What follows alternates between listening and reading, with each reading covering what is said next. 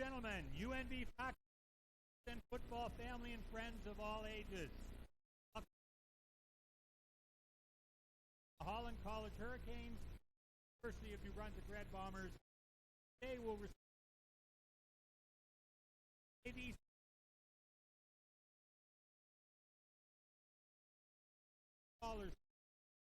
the Atlantic Football League, the CIS, and the NCAA. We salute efforts, achievement, build classroom. For nearly 70 years, every UNB football team has made what is referred to as a walk to their home field to the same song as Bombers Away.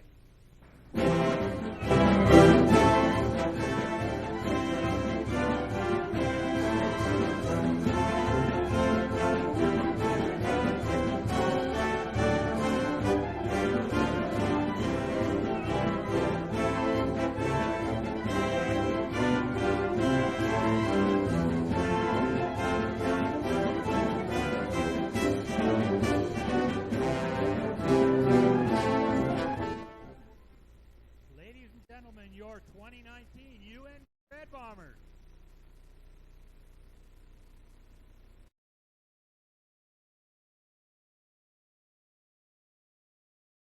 Welcome, starting deep, Holland College Hurricanes.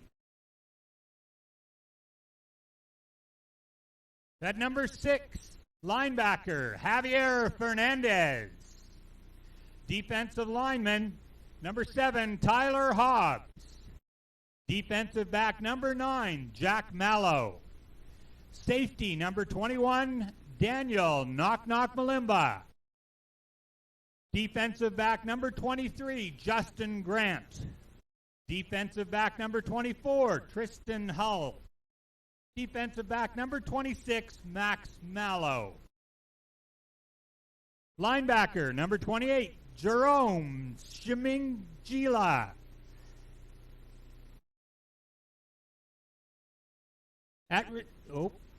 Number 29, Dennis Brown. At defensive lineman, number 51, Marc-Andre Dansu. At defensive lineman, number 54, Thomas Richardson. At defensive line, number 93, A.J. Fields. And at defensive end, number 96, Yusuf Duradola. The coach of the Hurricanes is Steve Lettner. And now the starting offense for your UNB Red Bombers. Receiver number 5, Thomas Hoyt. Today's starting quarterback, number 17, Jonah Rollins. At offensive line, number 52, Mark Doucette. At offensive line, number 55, Sebastian Charette. At offensive line, number 57, Brendan Seymour. At offensive line, number 64, Luke Saunders. At offensive line, number 68, Kyle Tower. At receiver, number 80, Brady Manderville. At receiver, number 84, Sam Phillips. At receiver, number 87, Jackson Green. At receiver, number 88, Matt LaFleur. And the running back, number 21, Dylan Waugh.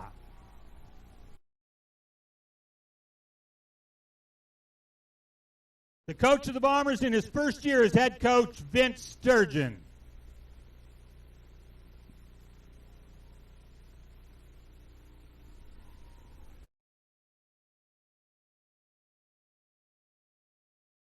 Ladies and gentlemen, we ask that you please rise and remove your hats for our national anthem, performed today by Tony Kelly, an honor student at UNB and a former Red Bomber.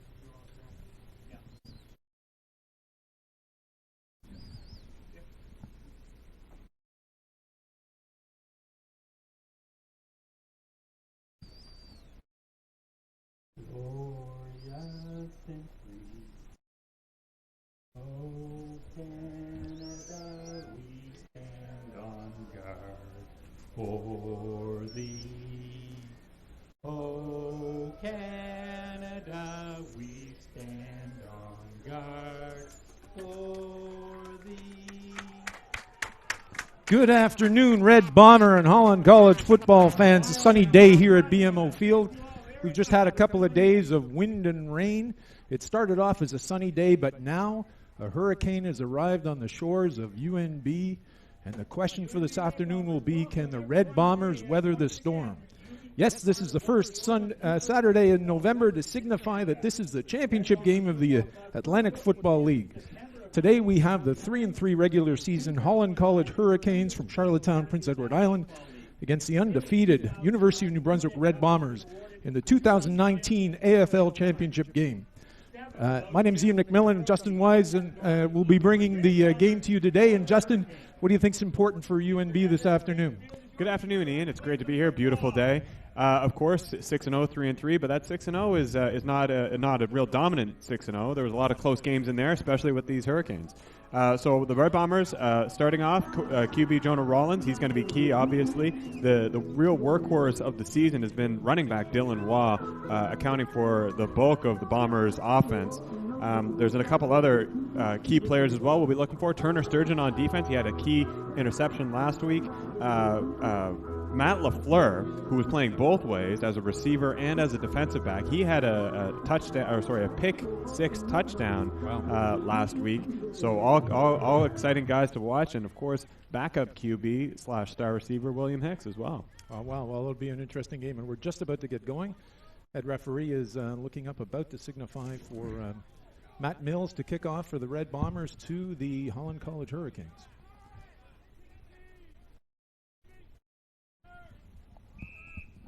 And here we go. So a short kick to the left-hand side. Good progress by the Hurricane receiver. Don't see any flags on the play.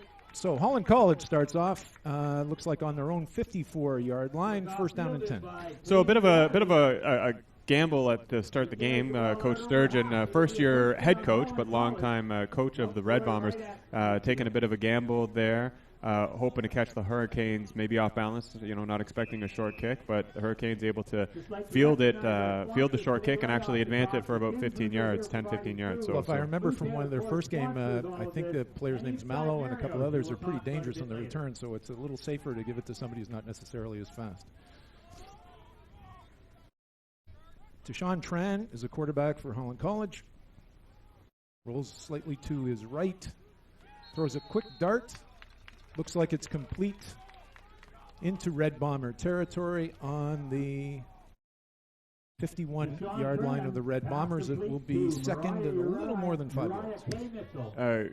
Great catch by Kay Mitchell, and the pass attempted to be defended by, that was Riley Spears, the defensive back out there.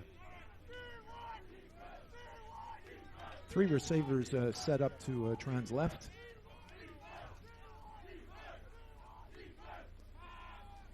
Quick play action. Tried to set up a screen to 87, but didn't get much of a gain, if no gain whatsoever. That was Thomas Jarback. So it'll be third down.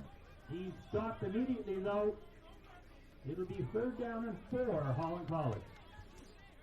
So, of course, let's not forget, I'm sure, many of us don't, but we might. We're playing Canadian football, so 3 attempts to move the ball 10 yards. So that critical second down, bringing up third down where the Hurricanes will be forced to punt. And Matt LaFleur will be waiting for the ball from Matthew Uriah K. Mitchell. Of course, Uriah K. Mitchell, a name that we've heard for a few years here in the AFL. Phenomenally talented athlete. Star receiver and punter as well. Lots of room for LaFleur. He's able to make at least 10, could be 15 yards on the return. Looks to be down on the good side of their own 30-yard line. So anytime we're talking about punt returners, we got to mention Bombers alum Mitch McCoy, who is now playing football in Germany. He was absolutely electric with the ball in his hands. So Matt LaFleur doing his best Mitch McCoy impersonation on that run. He did fine. So it's first down and 10 from close to their own 32-yard line. And are we going to see the Dylan Waugh show again? Dylan Waugh certainly on the backs of his offensive line has been carrying most of the work. And sure enough, it's Dylan Waugh up the middle with a good gain. Looks like should be something close to 7 or 8 yards. Jonah Rollins gives the ball to Dylan Waugh. And that was going to be the question for the day. Red Bombers have been 6-0 this season and won their playoff game on the shoulders of their offensive line, but certainly on the legs of Dylan Waugh. We've got an even split of the receivers either way of Jonah Rollins. Run again. Huge hole for Dylan Waugh. He's still going. And he's into Hurricane territory with a first down. Eventually brought down by defensive back Max Mallow. With a 20-yard carry, and that is We're going to have first down and 10 from the Hurricane 51-yard line. It's always great when it's always great for a running back when they're brought down by a defensive back because it means they got past the first line of defense. Run again for Waugh. Wide open on the right-hand side. And brought down right on the 45-yard line. Justice Grant, the first to make contact there for the Hurricanes. So it looks like 2nd and 5. That offensive line just opening up huge holes every play for Dylan Waugh. The great thing about Dylan Waugh, I mean, he's fast, but he's also really powerful. We saw on that the one before this one, a great stiff arm to pick up an extra 5 yards. Dylan Waugh again, but didn't make much of a gain. Hurricanes finally able to stop him for 1 or 2. Looks like one of the Hurricanes is down. So I would imagine that the Bombers will punt here, although it wouldn't be crazy for them to go for it on third down. I mean, they are in Hurricanes territory. So a punt would maybe pick them up 20, 25 yards. But of course, going for it gets them. If they make 5 yards, they're at that tough decision line. I think I see Coach Sturgeon talking to Jonah Rollins on the sideline. So they may be looking to go for this. Yeah, Rollins is staying out, so it looks like they're going to go for it. Well, it looks like this Hurricane player is under some distress. They're not moving that fast. So interesting today. Certainly, when you look at the 11 years of the Atlantic Football League, oh, and he's up now. That's excellent. Number 51 is... That's Marc-Andre Dansu. Marc-Andre, nice to see him go out on his own power. So we've got 11 left in the first quarter. Now we've got third down, and it looks like about 4 yards to go. Since we don't see Matt Mills, I would expect that the Bombers are going to run a regular play here. Even split of the receivers, Dylan Waugh to the left of Rollins. So I think we're going to see a pass here. Oh, and it's an offside. Yeah, this is a free play. Not necessary. Good. Sorry, I cut you off there, Ian. There is a flag on the play. He connects with Jackson Green. Big catch by Jackson Green, but was offside against Holland College. Huge first. So we're going to see this one again. And as you see, Rollins looks to his right. Jackson Green well behind the defensive backs from Holland College. 29 able to bring him down. So, Red Bombers, the first to threaten. Looks like it is first and goal from the Hurricane 9-yard line. So it looks like some personnel difficulties here for the Bombers. Well, I think they're bringing in a little bit more weight. So I would imagine they're going to have a front seven the way that they've done here, and then they're just going to let Dylan Waugh find his way. Yeah, so last-minute substitution for the Bombers and a corresponding substitution for the Hurricanes. So both head coaches. Timeout for UNB. Yeah. Both head coaches really zeroed in here. Obviously, everybody's sharp. Everybody brought their A game today. This is it. This is the last game of the AFL season, and everybody is here to win. Well, absolutely. And as we do our final game cliches, remember there's no tomorrow. Their backs are against the wall. That's it. A perfect season means nothing without the championship. Most important from the quote from King Elvis, it's now or never. And lucky you, I won't sing it. We'll have to ask our on-field announcer who saved us when we had the technical difficulty during O-Canada. I don't think folks at home, I don't think he had the advantage of watching O-Canada, but the mic cut out on our guitarist when he was playing O-Canada. So, UNB first and goal from the 9. 7 offensive linemen and Dylan Waugh in the I formation. Dylan Waugh to the left of center. He's able to make a good gain, but not far enough for the touchdown. Looks like the official is just in front of the 5-yard line. He picks up what looks like 3. It'll be second and So he was balled up very effectively. The Hurricanes obviously saw that one coming. Well, it wasn't a question on who was going to get it. It was where it was going to go. That's it. And I think we're going to see much the same. 3 guesses on who's going to get the ball, and none of them count.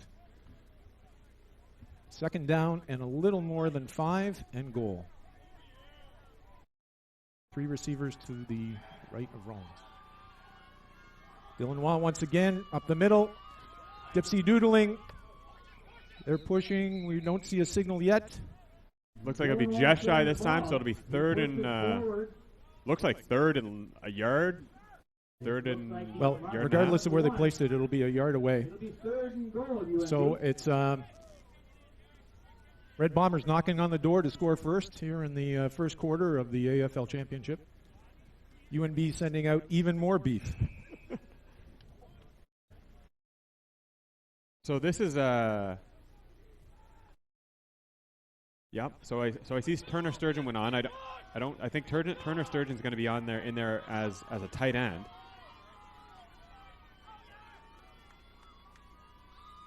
And I think there's going to be a keep. Oh no, he'll hand it See a up. flag. That's Dylan Waugh in for the touchdown. There's the signal. Touchdown, Red Bombers. First score, Red Bombers. So a great start for the Red Bombers in this final. All right, and we're going to see here that with the again. replay. To the strains of Bombers away, here we're going to see this play to the right-hand side of the offensive line. Gabe Saint-Germain is there leading the way. And you see a huge hole opening up for Dylan Waugh. An easy touchdown for the Red Bombers.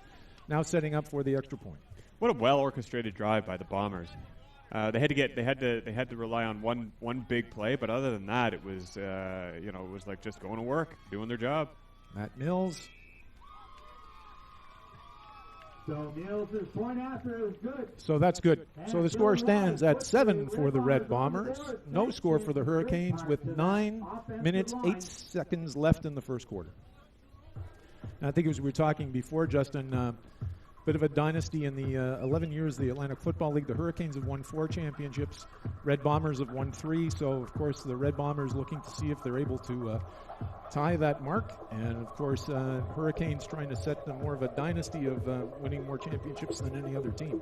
Ian, the Hurricanes run a spectacular program up at Holland College, a spectacular football program. So, so they're a college. They offer various academic programs, and they do a lot of recruiting. And one of the big draws, you can go to Holland College, get a career, and play football doing it. It's a spectacular thing for them, for their school, and for the league, for the AFL. It's unique, and it's something special for the AFL that you don't get in university sport otherwise. Well, if anybody's had the chance to go to the Holland College campus, it's quite a dynamic place. Here we go. Matt Mills with the kickoff. Does a little grubber down the middle. Taken easily by the Hurricanes number 6. A little bit more water bug material, and he's brought down a little over their own 40-yard line. So that was Javier Fernandez on the return. So clearly the Bombers trying to keep the Holland College special teams off balance, obviously trying to keep the ball out of the hands of their returners. So Holland College looking to answer the initial question from the Red Bombers, see if they can put a drive together and put some points on the board. You got to give some credit to Matt Mills there as well. It's not easy kicking those different kinds of kicks. You spend most of your time practicing kicking long and hard, right? How much did Matt Mills' agent pay you for that? So we have Doka up the middle, a good run of about 4 yards. I think first, and I could be mistaken, but I think first on contact there was Keegan Waters. Looks like second down and 7. On the Hurricane 46-yard line.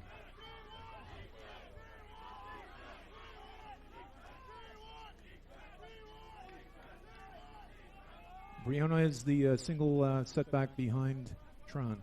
And it goes to Briones. Brought down quickly by 30 of the Red Bombers. Hand off to Marco Antonio Briones. That was Alec Ferris bringing him down almost single-handedly. Well, if you look at the scouting reports from the semifinal that the Hurricanes played against Dalhousie last week, Briones was the workhorse for the Hurricanes. Certainly looks like they're trying to set that up again. But it appears like the Hurricanes are going to punt to Matt LaFleur and the Red Bombers. 7:49 left in the first quarter. Once again, Kay Mitchell is the punter. Well, looks like one player going onside. Yeah, that's what they're going to do. So we might see this this kick be a little shorter, and the Bombers trying to adjust. Justice Grant onside. Ian Saunders seems to punts have moved away over on to more of a straight line trajectory. Lafleur looks to come up the middle, but goes hard to the left-hand side, but brought down fairly quickly by the Hurricanes just over their own 30-yard line. So it'll be first down and 10, Red Bombers. So he couldn't quite hit. Lafleur couldn't quite hit that edge. Would Mitch McCoy have hit that edge, Ian? I don't know. I don't think so. Probably not. Mitch McCoy, he wasn't fast enough to catch that edge. Luckily, he had good blockers. Yeah. But that was then. This is now. We gotta say Mr. McCoy has joined us in the booth today, so I think he's providing some consult for the Bombers, so we can poke at him a little bit and giving us lots of material for Phil. So first down and 10 for the Red Bombers. Dylan Waugh to the right-hand side of Rollins. A little bit of play action to Matt Lafleur outside, and a big tackle and a flag. Jack Mallow did a great job getting upfield and making that tackle. I'm not sure what the flag is for, though. The initial indication would be holding against the Red Bombers. Jack Mallow with the tackle. So Red Bombers going away from the usual play sheet of giving the ball to Dylan Waugh with a little play action to Lafleur, but the holding penalty should take him back another 10 yards for second and 20, or first and 20, sorry. No, I didn't see the hold, but that was a pretty well executed play. Otherwise, I really thought Waugh was going to get the ball again, and the fake handoff looked really good, really believable. He really sold it, and then the quick little pass out. It looked great, well executed, but for the hold. Oh, it's fine. But as we all know, holding penalties can kill an offensive drive. So we've got time in. And we've got first down and 20 from the Red Bombers' 23-yard line.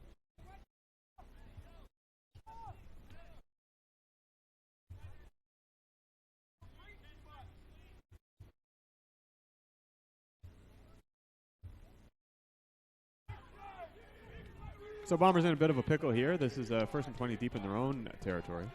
Three receivers to the left of Rollins. Play action. And big sack. Smoke from the blind side by number 23. Wow. Huge missed assignment by the Bombers offense there. We're going to see that one again. Replay. You can watch 23 not even paying attention was Rollins. Big tackle to bring him down behind the line of scrimmage. We'll take a look at that one again as well. See what happened there. I'm sure the coordinators up here will be looking for it too, because he was just completely untouched. It was I think he might have been forgotten about a little bit. So same setup as they had before. Three receivers to the left-hand side. Justice Grant going to do the same thing. Oh. Little flare pass out to Dylan Waugh. He catches it but doesn't make much of a gain whatsoever. And 23, Justice Grant again on the tackle. So Justice Grant delivering what certainly the Holland College fans would consider as due justice to the Red Bombers. And I got to give Justice Grant some real appreciation there. I think he was looking at the quarterback and he saw Dylan Waugh split out, and he turned on a dime and went with Dylan Waugh instead of going for the quarterback, and instead of getting greedy and trying to get a second sack. No, certainly an impressive defensive play. So we've got third down and acres to go for the Red Bombers. Looks like they're going to try and kick their way out of their own end zone. So Riley Spears back to punt for the Bombers. Oh, we've got flags.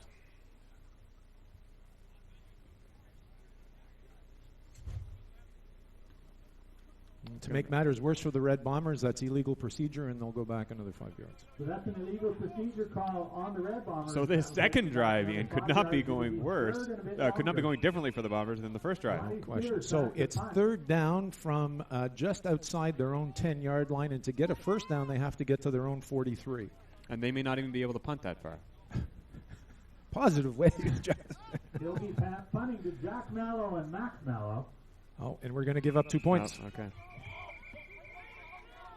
But instead he gives up not a bad choice for the Bombers there.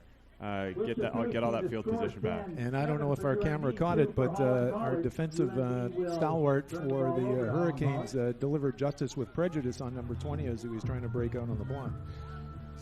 So we have 4:53 left in the first quarter. Score is 7 for the Red Bombers, 2 for the Holland College Hurricanes. So a little bit of history for you here. There's Holland College and UNB have met in the finals twice, where UNB was successful once, Holland College was once, so this would be the rubber match for the Atlantic finals, where UNB and Holland College meet each other. So we've got a great crowd here in Fredericton. It is a beautiful day. It's been, as Ian has mentioned in the opener, it's been a windy, rainy, undesirable couple of days here in all of the Maritimes. A lot of power out. I think there's a lot of people still without power. But today is beautiful. It's a typical November day. Not too warm, not too cool, and not a cloud in the sky. So a beautiful day for the AFL Championship. Well, it looks like the Hurricanes have selected for the Red Bombers to kick after that 2-point safety, and that'll be from their own 35-yard line. Matt Mills down the middle again with a scrubber, mishandled by the Hurricanes, and he's down. You know, great choice by the Hurricanes. The other alternative, they could have taken it on the 35, but they know that the Bombers have been, kicking short kicks to keep the hands out of the ball out of the hands of the returners. So they're up almost 10 yards greater than what they would have been if they just took it at 35. So Owen Kramer was the player for the Hurricanes that took that kickoff, and he's listed as a long snapper, so therefore he wouldn't have had a lot of practice returning kicks. So we've got first down and 10 for the Hurricanes on their own 44-yard line. 4:33 left in the first quarter. Tran looking back. Flushed out to his left-hand side. Big rush. Oh, a fumble. Looks like the Bombers are over that. They have possession. The Red Bombers, a big play with a fumble. So Alec Ferris stripped the ball, and that is Turner Sturgeon with the recovery. And Turner Sturgeon with the fumble recovery. Oh, and it got looks something like there's a going. flag. Was a flag. I think the call's against, it's offside against the Hurricanes, which I'm sure the Red Bombers will decline. I see Coach Sturgeon pretty upset, though. No, I think he thought it was he going thought the it other was the case. He just assumed the worst, of course. So, big play. First turnover in the game for the Red Bombers, and it's 1st and 10 from the Hurricanes' 37-yard line. So Bombers defense stepping up when the Bombers offense falters for a series. Tran, I think, had to pull that back in. It looks like there was really good coverage by the D-backs of the Red Bombers, which allowed for that sack and the eventual fumble. Absolutely, and that was a coverage sack for sure. Waugh up the middle. Big run. Looks like he's got about 6 or 7 yards. Does Dylan Waugh ever stop? Does he has no off. He's always pounding away. It's amazing. Well, if there's a version of the Energizer Bunny in the red-black team, it's certainly Dylan Waugh. But, of course, he's running behind that wall of offensive linemen. And let's not ever forget, talk about what that offensive line has done for the Red Bombers this year.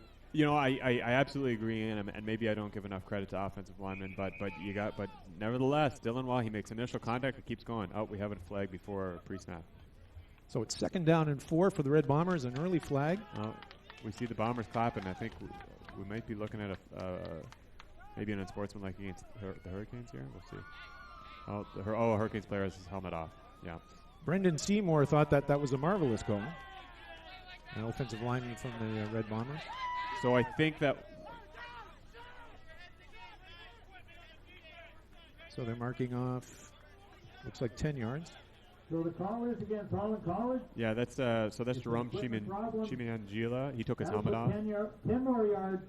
You are not allowed to do that. All right, so it's 1st down and 10 from what appears to be the 21 or the 22-yard line for the Red Bombers with 3:37 in the first quarter. Dylan Waugh once again up the middle to the right. Wide open hole. Ooh. Great run by Dylan Waugh. Huge hole opened by that offensive line on the right-hand side. And it looks like it'll be 1st and goal from somewhere around the 3-yard line for the Red Bombers. Jack Mallow, the defender, who eventually brings him down, but not after a significant gain.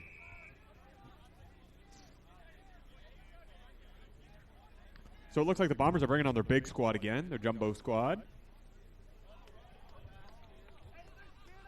Leaving all the cards on the table. Even Alec Ferris is out as an offensive lineman here.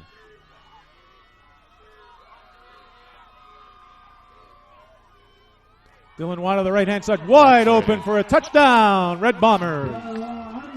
Spectacular play call. We're going to see that one again. So I don't think we're going to be much of a mystery here. Got that huge line of UNB, and just watch how they move forward and take out the Hurricanes. Oh, maybe. One moment. The replay's thinking about it. So that's okay. We can talk about it. So the Hurricanes obviously expected a hard run up the middle, and oh, here we go. And as you can see, Dylan Watt, easy, just strolling in. Nobody to contest him on that. And here we go for the extra point. Great play call after how effective Dylan's been at running up the middle and getting a couple of yards. The Hurricanes, I think, were absolutely right to think that was going to be another hard run up the middle, and he just walked outside. He just jogged outside. So that extra point was good. So that's 14 for the Red Bombers, 2 for the Hurricanes, with 2:47 left in the first quarter. Justin, I don't think this could have gone much better for the Red Bombers to start off this final. No, I mean, well, it's kind of weird. I mean, we've had 3 offensive drives here, 2 almost perfectly executed drives, and 1 just disaster of a drive. But then the defense absolutely made up for it by getting the ball back on the very next play. So the Bombers did have to give up 2 points, but they traded it for 7. So pretty good start to the game for the Bombers. Pretty good start to the Moosehead Cup Championship.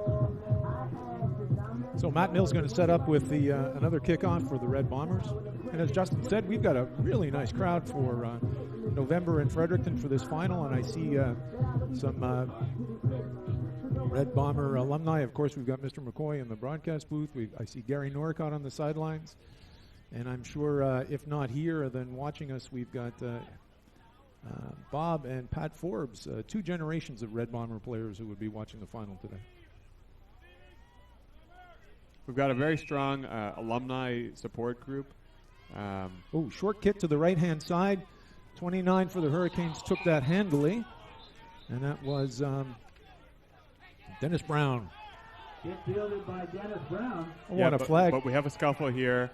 And lots of celebration from the Red Bombers. Let's see what happens.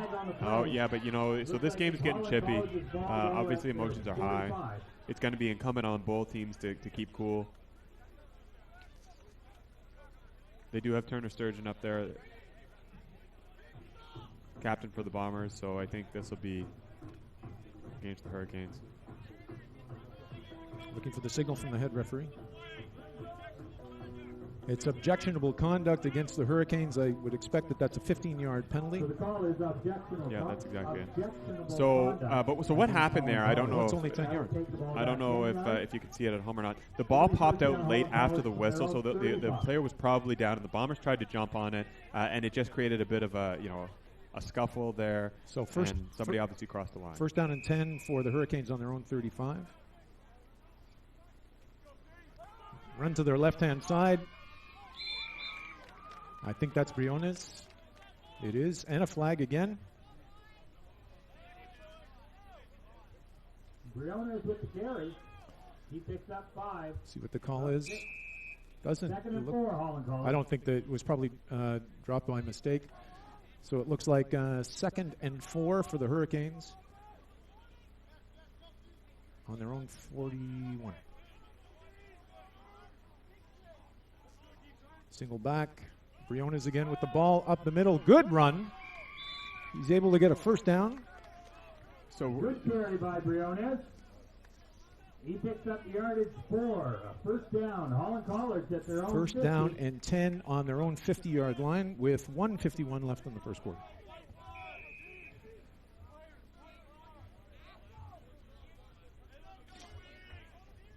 So Holland College able to get a little bit of momentum after a little bit of a break in their discipline, hopefully to get some momentum set up and answer the Red Bombers questions. Oh, great block. Deep by Tran. Well defended. And incomplete. Pass intended for Kay Mitchell. Kay Mitchell is the regular target for Tran. Certainly he was did well last week against Dalhousie, but that's incomplete, so it will be 2nd down and 10 from their own 50. Josh Armstrong with a great defense on that. 2nd and 10, Holland College.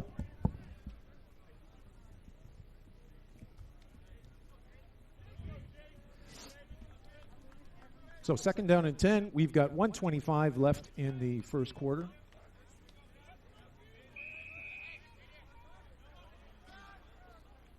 Running back to either side of Tran.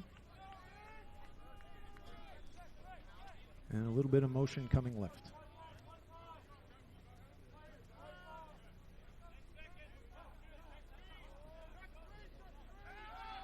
Tran throws it behind 20. That's a pass. That's a lateral. That's a live ball. 50 going down. There's all kinds of blocking. Looks like the Bombers are going to be able to go in, and it's a touchdown, Red Bombers. Flag on the field. Tran pass. Looked like a lateral. It's picked up by Keegan Waters. He runs it in for a touchdown. So Keegan Waters was able to pick up that lateral. We'll see the replay at the end of the play. Don't see the infraction, and looking for the indication from the referee.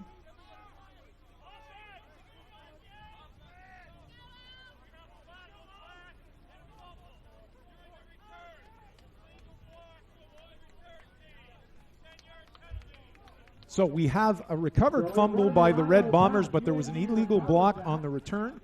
That's a 10-yard penalty, so the Red Bombers will scrimmage 1st down and 10 from the Hurricanes' 28. Really impressive defense. As you can see, the running back wasn't prepared for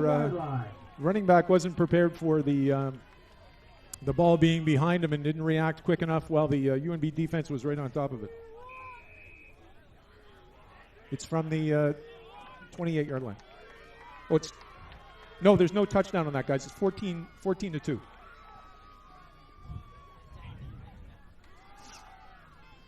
Given to Dylan Watt. He was held up initially, but has a good run of looks like about 5 or 6 yards. 30 seconds left in the first quarter, and it looks like 2nd down and 4.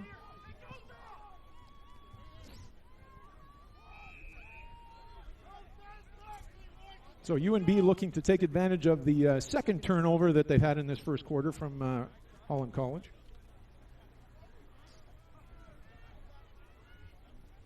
Dylan Waugh set to the left of Rollins. 3 receivers to the right. Oh, play action and sacked in the backfield. Referee has put him down, so that would be 3rd down and a little more than about 12 yards for Red Bombers. A.J. Fields on the sack. With the sack, excuse me. No fumble on the play. And that's the end of the quarter. First quarter. So, Justin, I think that was another coverage sack. Given the fact that you're a ex-defensive back, I'm sure you're pleased to see that. Yeah, I think there was a coverage component to it, but that was pretty quick. I want to give A.J. Fields some credit. He beat his blocker, That is the end of the first quarter. Yeah, he just got past there, I think. I think it was a little bit of both.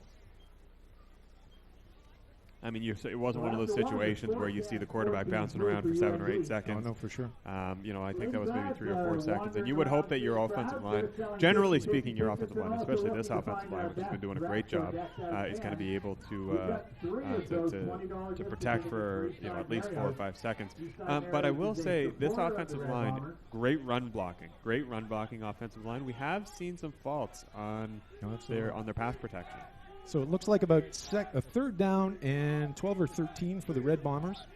Now that it's the second quarter, they have a bit of a breeze against them. Dylan Waugh set up to the left-hand side of Rollins.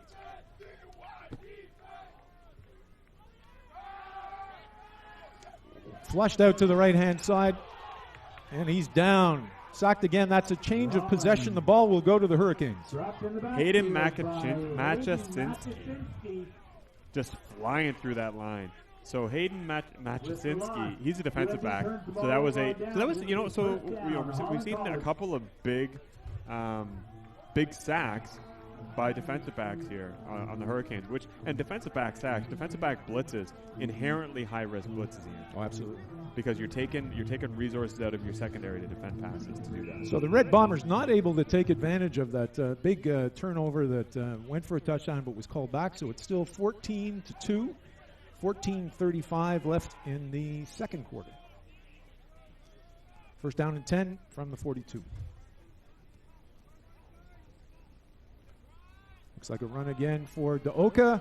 Wide open to the left-hand side. He's eating up yardage as he goes, and he's out of bounds in Red Bomber territory. Rodrigo Montes Eventually brought down by Josh Armstrong. But Josh Armstrong looks more like a linebacker. That's a big guy. It'll be a first down, Holland College. So Holland College able to answer with a rig running play to the left-hand side. First down and 10 from the Red Bomber 47-yard line.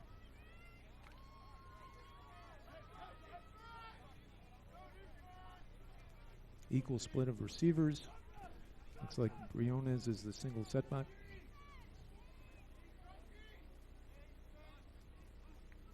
I think we're going to see a pass on this play. No. Toss left. And Deoka was the running back and was not able to gain hardly any gain. It may have even lost some yards. Yeah, tracked down from behind by Alec Ferris.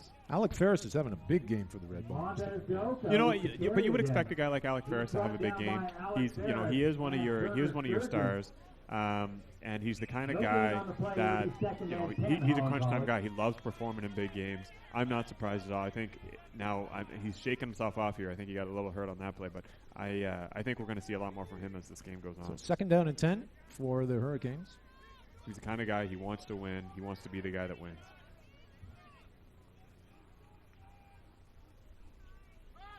A little bit of play action rolling to the left-hand side, flushed by the UNB defense. He's got lots of Bombers after him, tosses, but it's incomplete.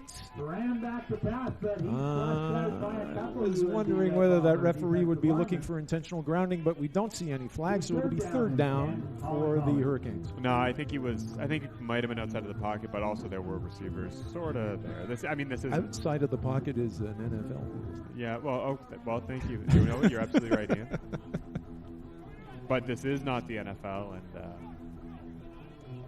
although we have great quarterbacks, our quarterbacks as we do. So Kay Mitchell looks to be punting to the Red Bombers.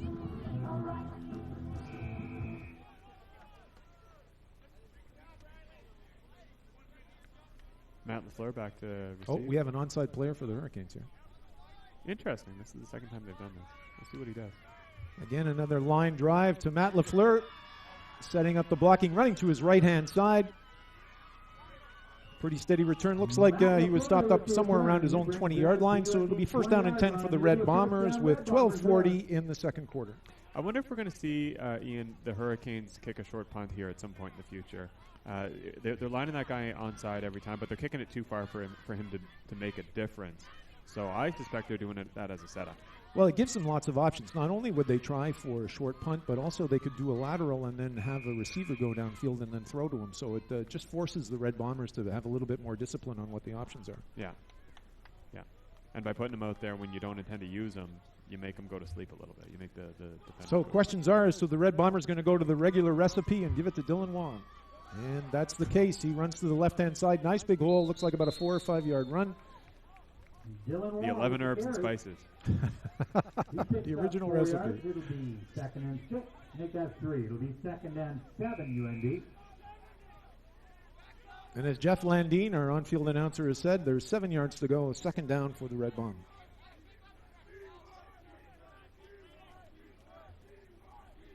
What a great crowd here today. Just looking over there. Full line of fans. Bleachers are full. Cheerleaders are going. Little motion to the right-hand side behind Rollins. Looks downfield. Looks like a screen pass. Ooh, fortunate that it wasn't intercepted by the Holland College defense. So it'll be third down and 7 for the Red Bombers deep in their own territory. I think there were 2 hands on that one. I think Thomas Richardson got a hand on it, and I think Tyler Hobbs also got a hand on it.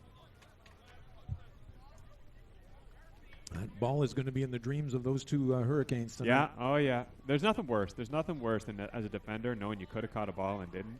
You think about it forever. At least that's how I always was. And if we have any fans watching from Holland College and Charlottetown or any Hurricane fans, greetings to you. It's a beautiful day here in Fredericton. And if we're saying anybody's name wrong, we apologize. Nice punt. Riley Spears. Big return. Jack Mallow fields it. Jack cleanly. Mallow still going for the Hurricanes. And finally brought down, and a flag. Here's his punt. Returned by Jack Mallow. Looks like they're around the 38-yard line of the Red Bombers. So I think the Hurricanes will be happy with that. Let's see what this penalty is. Looks like it's going against the Bombers.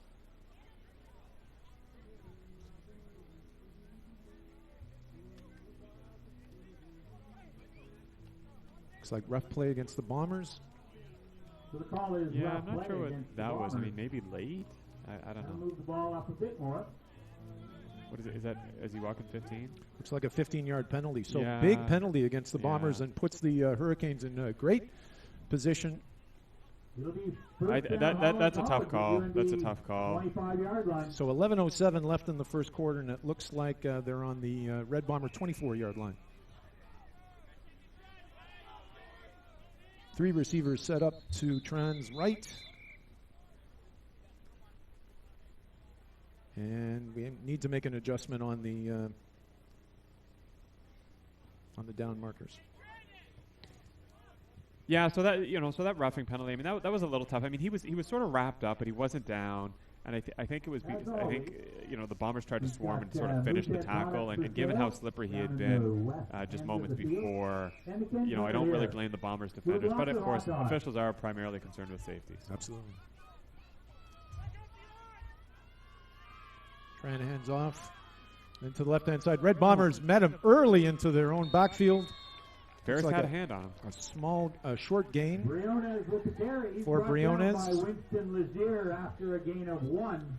Second down, 1-yard gain. It'll be 9 yards to go. Ian, the Hurricanes offense knocking on the door.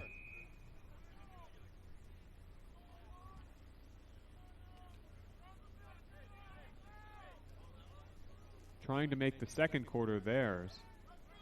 Deoka is the lone setback to the left of Tran. 3 receivers to the right-hand side.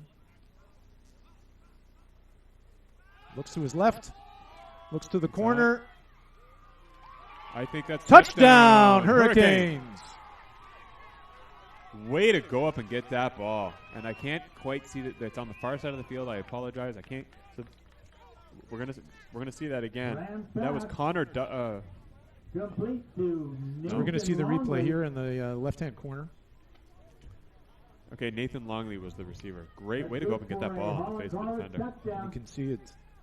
A little bit of a flutter. The defender is there, but goes up and gets it. Nathan Longley, big touchdown for the Hurricanes. It was Riley Spear. The coverage was pretty good, but Longley just had half a step on him maybe, and went up and got the ball. Extra point is good. Into the grass. On the other side, it's on the roof. So at 10:07 left in the second quarter, we have Red Bombers 14, Holland College Hurricanes 9. Gives us a contest. Hurricanes reminding the Red Bombers, this is the AFL championship. This is not preseason. Nobody's walking away with this game. Well, everybody, even though the Red Bombers went undefeated this year, the 2 games this year were 28-17 and 27-22, and the Red Bombers, I think, had to come back from a 15-point deficit on that second game, so they know that the Hurricanes can be dangerous. And certainly after a great beginning by the Red Bombers, they've let the Hurricanes get back in, and there's a lot of football left to play.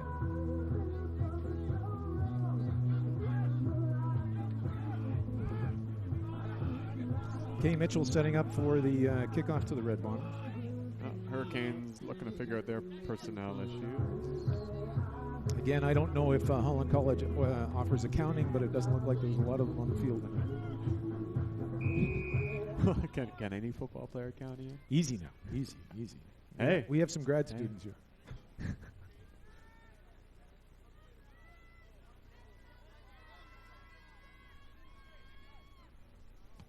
Big kickoff from Kay Mitchell to the left-hand side of the Red Bombers. And big return. 84 from the Red Bombers. Sam Phillips. Sam Phillips had a solid return for the Red Bombers.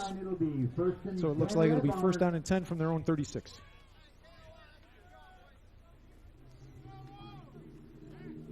.10 minutes and 2 seconds left in the second quarter.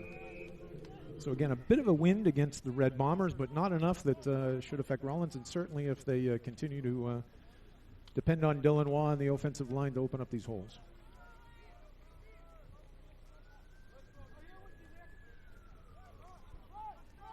New quarterback for the Red Bombers.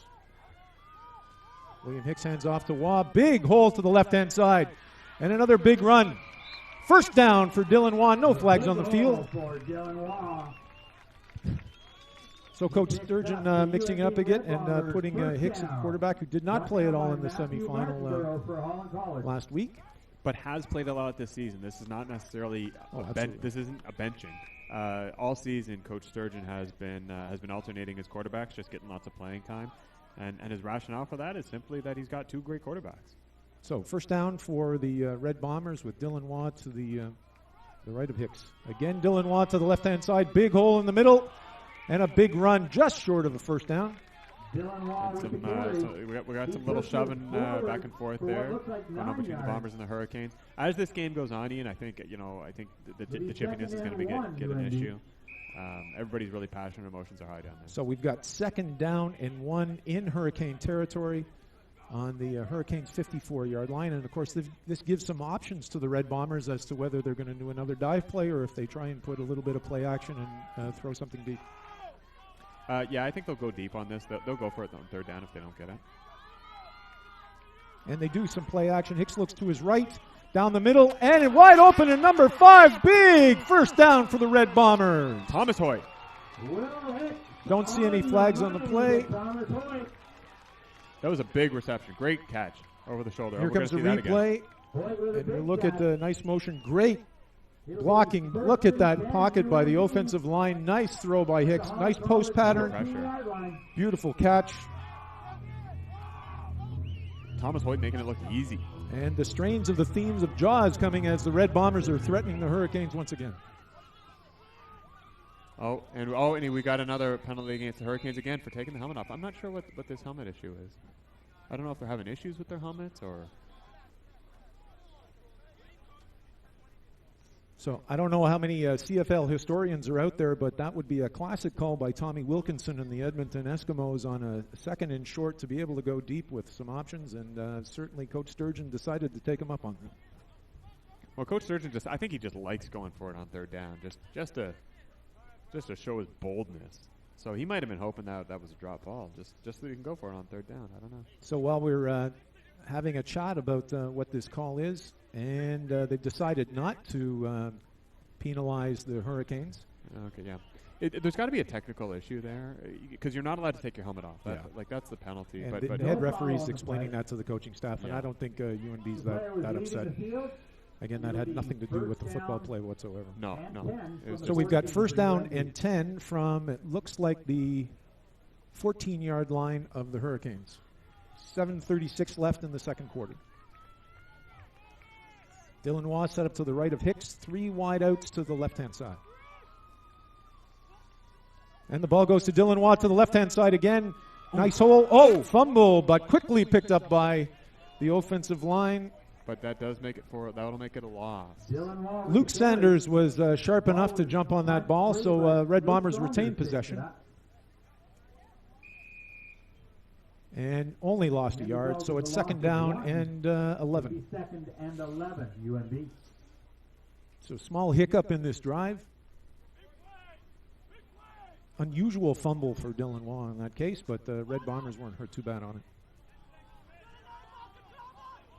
Yeah, the way it was brought down, it was almost like a slide, so I'm not sure what happened there. Hicks looks to his left, flushed from the pocket. He's running to his left. Oh, no, what was he thinking? Fumble and intercepted by number 6, Javier Fernandez. So another bullet dodged. Here comes the replay. We're going to see this again. You'll see Hicks flush to his left-hand side. It'll be a first down, Holland College. And you can see Javier Fernandez there in the screen. Number 6 is coming up for the tackle and mishandled and able to catch it before it gets onto the ground. Not that he wouldn't have had it in the fumble anyway. Yeah, I think Hicks was just trying to make. He was too desperate to make something happen there. I think he was trying to throw it. Well, there's all kinds of things he was trying to up. flush, but again, Coach Sturgeon would tell you, take a knee and we'll take the field goal. Yeah. I think that's. I'm sure Coach Sturgeon has just made that comment to Mr. Hicks. But yeah, I mean, the ball was too high. You know, he was getting hit. He just should have tucked it. So Holland College player hurt, but looks like he's out on his own steam. That's great to see. And 2 times the Red Bombers have had a chance to put this half away anyway and taken back 2 scores. So I wonder if this is going to come to haunt them later. You know, the advantage here, Ian, is that they've got spectacular field position here, and the Bombers' defense, you know, they're no slouch. It's going to be a challenge for the Hurricanes to march it all the way down. Oh, there's no question, but finals are finals, and weird things can happen. You don't want to miss those opportunities. So it's going to be frustrating. See if the Red Bombers are able to hold their discipline. First down and 10 from the 19-yard line of the Hurricanes. Interesting formation for the Hurricanes on the right. Oh, okay. And off to Duoka. Big hole down the middle. He is going a long way. Brought down by number 9, the Red Bombers. Trenton Bannister again, you know. The running back loves getting hit by a defensive back because it means they have made it quite a ways. So the Hurricanes' offensive line showing the UNB. Here's a replay. Nice big run up the middle. You watch, it's pretty simple by Trent to hand it off to Duoka and right up a gaping hole in the middle.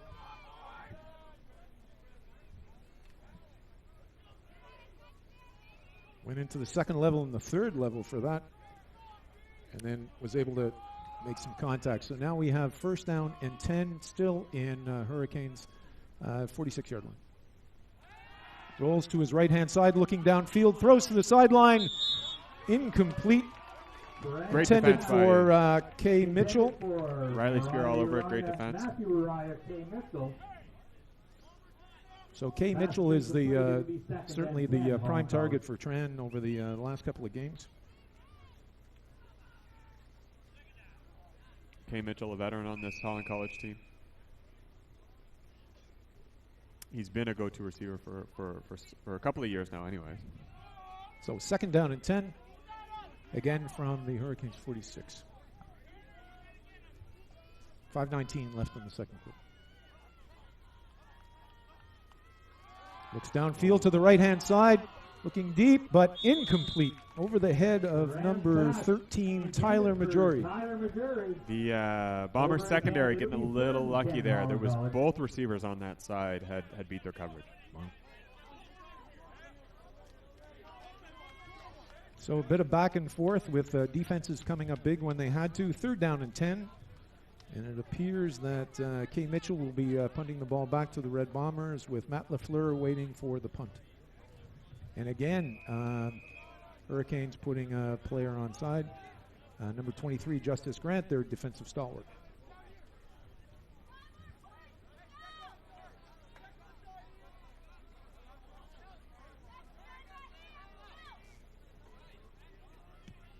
Nice high punt. Matt LaFleur letting it bounce. Takes it cleanly. Don't see any flags. Yeah. Doesn't appear to be any no yards calls. No, that was borderline. I don't think that was 5 yards. But it wasn't. But it also wasn't a dangerous situation. It was. They gave him enough space to field the ball. So looking at field position, Holland College has to be really happy on the fact that UNB was knocking on their doorstep, and now it's first down and 10 from UNB's own 34-yard line with 4:43 left in the second quarter. Score 14 for UNB, 9 for the Hurricanes.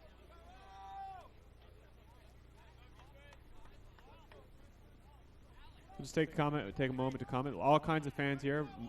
My favorite little fan, my daughter, was here at this game a few moments ago. What's her name, Justin? Her name is Riley. She had to go home because she needs the nap in the middle of the day.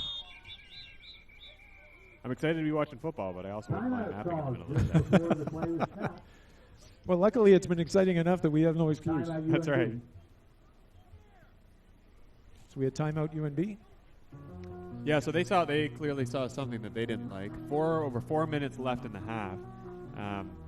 So I think, actually, I'd say this probably had more to do with Coach Sturgeon changing his mind about the offensive plan for the next couple of plays than it did with something he didn't like on the defensive side of the ball.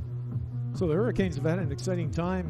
They were successful in the semifinal last week against Dalhousie and were hard against it. Dalhousie looked like they were going to be able to win, but at 6:24 of the fourth quarter, Holland College was able to tie it up. and eventually won with a touchdown with Briones to win the game 23-17. So they've had enough of their drama to come to this final game today. It's been a hard-fought season between the Hurricanes, the Tigers, and the Bombers between each of them as well. First down and 10. Hicks at quarterback, throws down the middle, incomplete. A little bit behind the intended receiver. Javier Fernandez thought he might get a piece of that too. Brady Manderville was the intended receiver, but that pass was low and outside.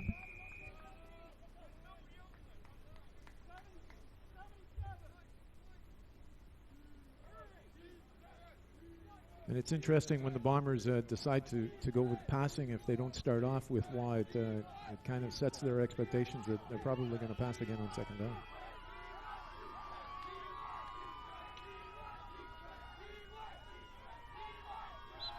Yeah, I think and early motion by the Bombers, which we saw a lot of in the semifinal last week against St. John. So again, discipline getting the better of the Red Bombers now in the second quarter.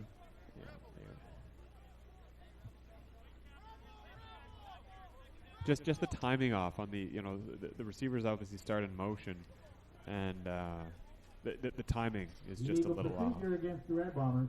I'm sure Coach Sturgeon worked on that a lot in the week of practice, but clearly they've got some. Well, it's certainly that adds another challenge to them to have to go 15 yards and second down. Looks like their own 29. 3:35 left in the second quarter. So this is a big moment here. I mean, so with 3 minutes left, 3.5 minutes left, momentum going to the half, that's a real thing. Both teams are looking to put up some points before they go into the locker rooms. Hicks dropping back. Another flag on the play. He's flushed to his right and throws. It should be incomplete, but we have a flag. And what a shame. There was a blown coverage on that. Matt LaFleur was wide open down the middle. Initial indication would be it's against the Red Bombers. Procedure again. Yeah, I think they were offside again. Procedure again to the Red Bombers. See if they take that penalty or not. You know, if I'm the Hurricanes, I'd let them go to third down. It looks like they declined it. So it's third down and 15, deep into Red Bomber territory on their own 29, and it looks like they're going to be punting the ball back to the Hurricanes. Yeah. Third and 15 for the Red Bombers. 3:15 left in the second quarter.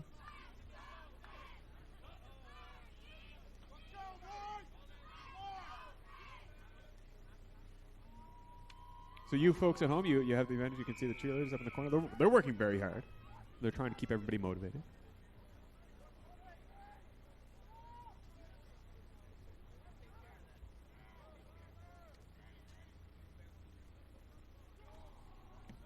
Oh, big kick by Riley Spears with the punt. Receiver backing up. Taken cleanly by 9 of the Hurricanes. And he's got a good return here. Jack Mallow with a big return. It almost looked like he stepped out of bounds, but the officials did not call that. And bringing it back into Red Bomber territory. So knocking on the door again are the Hurricanes. Here comes a replay. We're going to see this one again. We'll see if we can see him step out of bounds. It looked like he got knocked out of bounds at one point. First down, Holland College.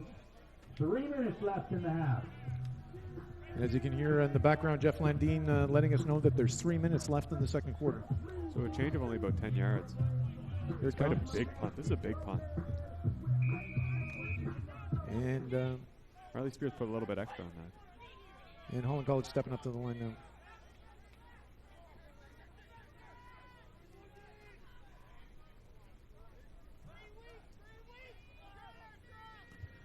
And balls up the middle to Briones.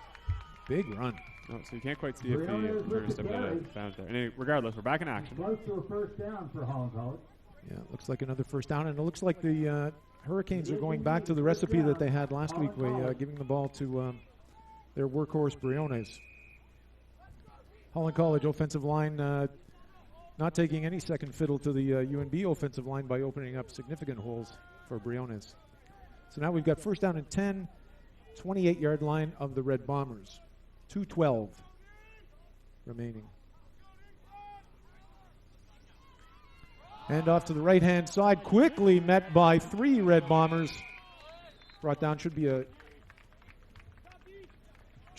a small loss, or maybe just no gain on the That play. was Logan Silliphant, the first Bomber make contact there. So the 2 points, they may be a factor here. The 2 points that the Bombers gave up may be a factor here. If the Hurricanes are able to put up a major score, they will take the lead. So we've got second down at 10. 3 wideouts to the right of Tran, and we've got Oka as the lone setback. Looks downfield to his right. Big Deep pass. ball. Oh, juggled by the Hurricane receiver, but incomplete. Ooh, Ian Saunders. That could have been played better, Mr. Saunders. Kay Mitchell was the intended receiver. Here comes the replay. Saunders got a little lucky Again, there. we'll see Tran throw to the right-hand side, again to the corner of the end zone. So he did get in his way. Oh. But, yeah. You would have liked to seen him, maybe half a step back there and able to turn around and actually make a play on that ball instead of sort of stinking his hand there. He got a little lucky. Kay Mitchell's too talented a receiver to leave that. Oh, that looks ball like hanging up there. Hurricanes are setting up for a field goal. Ooh, this is a long field goal. I'm going to be very impressed if he makes this. A little less than a 35-yard attempt. That's Kay Mitchell. Kay Mitchell is the kicker.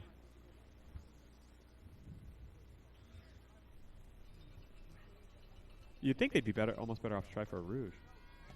This is a big kick. Oh my goodness, he's got it. And what the a kick is field good. goal. What a field goal. Wow. So 3 points for the Hurricanes. That's a 35-yard field goal. Now makes the score 14 for the Red Bombers, 12 for the Hurricanes. Here comes the replay, and you're going to see that it's a lovely exchange and a nice, easy kick for Kay Mitchell right down the middle of the goalpost. Wow. That's great. Good call, Hurricanes. Good execution, Kay Mitchell. So with 1:28 left in the second quarter, with only a 2-point advantage for the Red Bombers, they're going to scrimmage first down and 10, I would guess, from their own 35. Yeah, so I think this is an election. This is an election to take the ball at the 35. So about a minute, 28 seconds left. Enough time to see more points here for sure.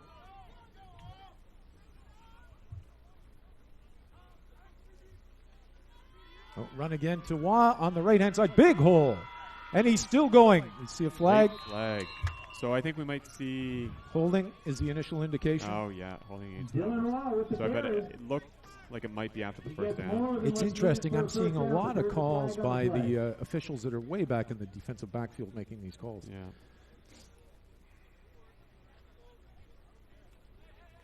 So I think this is effectively going to be a replay down. But my question would be, did that happen after they were able to get that first down? It doesn't look like they're giving them the credit for that, so it's going to be first down repeated, 10-yard penalty, and that's 20 yards. Now I'm confused about that call, about when that hold was. Because that would indicate that the hold was before the line of scrimmage.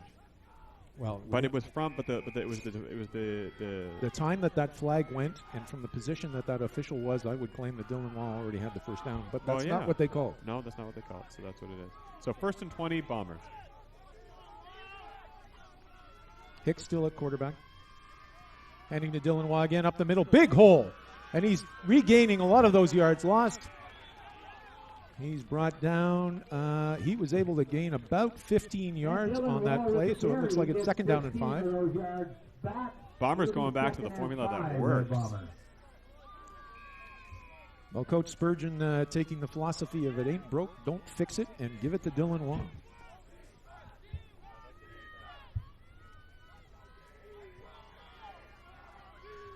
.103 left in the second quarter.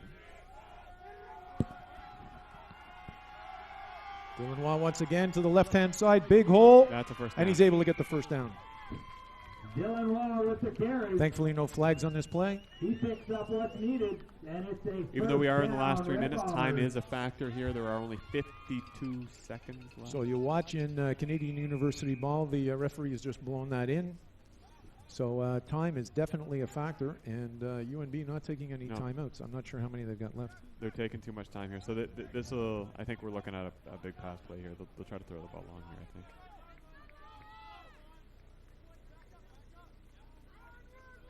Early movement on the line, no flags. Deep ball to the right-hand side. Defender all over it.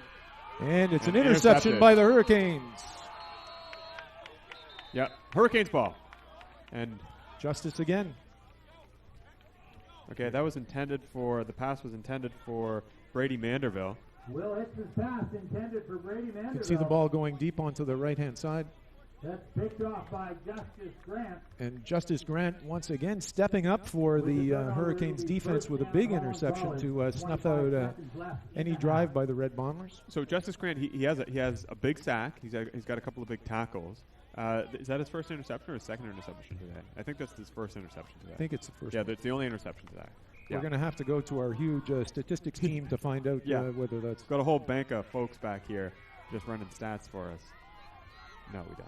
So we've got 25 seconds left in the second quarter. See if the Hurricanes have anything they're going to try to pull out. Oh, they're gonna Deep try ball run to the big left-hand side. Well over the head of the intended receiver, number 85, Rams pass intended for Connor Douglas. Riley Spears looked like he might have had a track on that. I think he might have been trying to get his own interception. It'll be second down, Holland 20 College seconds with 20 left. seconds left. So it's the second down and 10 from their own, looks like 27-yard line.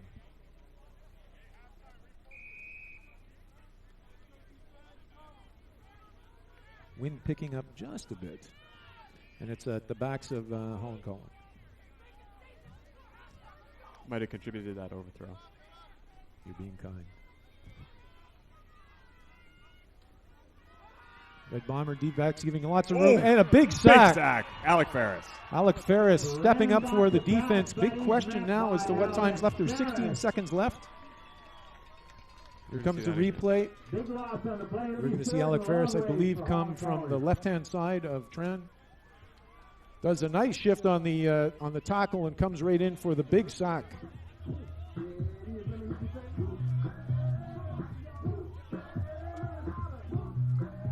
So big play here.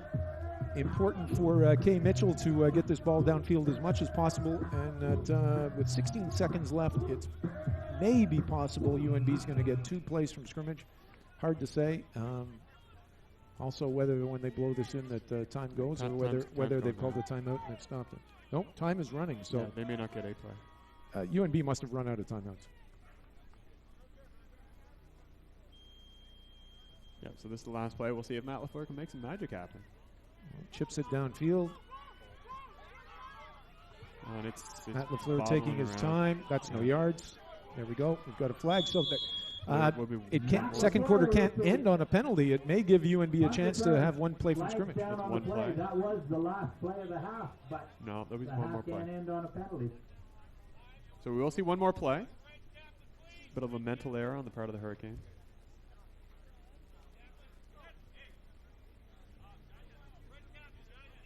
I'm not sure why they punted that at all, and why if they were going to punt it, why they. If UNB takes this penalty and does punt it out of something from bounds. scrimmage, it would be on the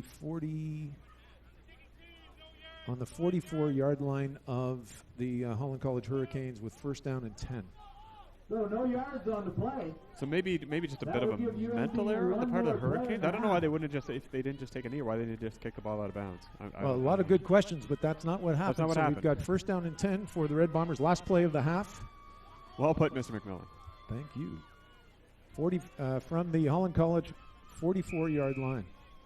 So what do you think? Do we see another run? What's the highest probability touchdown play here? I would imagine that they're going to throw this ball. Yeah. And Hurricanes in full prevent defense here. 6 defensive Hicks backs steps deep. back, looks downfield, throws deep to Big his ball, right-hand big side. ball. Lovely ball, Nope. but incomplete. Was not in range, and that should be the end of the first half. Yeah, nothing wrong there. Taking a shot down the field, putting a little drama in. And so I think we're going to see a couple of replays here before we go on the half. So hang on for just a couple minutes if you want to see these replays. Before you take a bit of a break, get a beverage, a snack. Oh, hey everybody, how you doing? Okay. So here's our first replay. A little bit of play action with Rollins looking to the left-hand side. I think this is the first big play for the Red Bombers, getting them in touchdown range in the first quarter.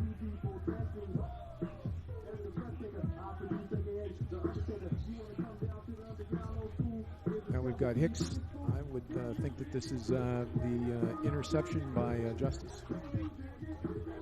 And it is. That was later in the second quarter. Got to give a lot of props to Justice. Justice is looking like He's having a big game. playmaker today. I'm guessing this is the touchdown by Dylan Waugh that goes off the right-hand edge of the offensive line. Oh, this is the first one that went into that big hole. Yeah. That's what put the Red Bombers up 7-0. And this is the big sack by Justice. Just puts that shoulder pad underneath the chin of Rollins, which might be why he's not playing quarterback. Yeah, good on Rollins getting up after that. Man, I would.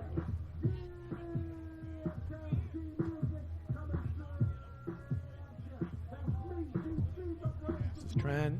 Oh, this is when he tried to run out to his left-hand side and is sacked and caused a fumble. Alec Ferris. Recovery by Turner Sturgeon. And I think UNB was able to get their second touchdown from this one. And, of course, it's Dylan Waugh off to the right-hand side, and you'll see nary a hurricane in his way. No. All bets were on up the middle on that play. Again, Tran stepping back, and this is the other turnover by the Hurricanes. You can see Doka thinking that that's an incomplete pass, but, of course, it was behind him. And UNB quick enough to pick this up. And unfortunately for UNB, there was a penalty on the return, and they weren't able to get a score off of this play. Was it for that block there against Doka? Oh, yeah, it's an obvious clip. Yeah. And, the defensive coaching staff must be frustrated that they weren't even thinking we've got 3 more. This is going to be the first touchdown for the Hurricanes in the left-hand corner. And as the receiver goes up and takes the ball at the apex, over the head of the defensive back from the Red Bombers, and that puts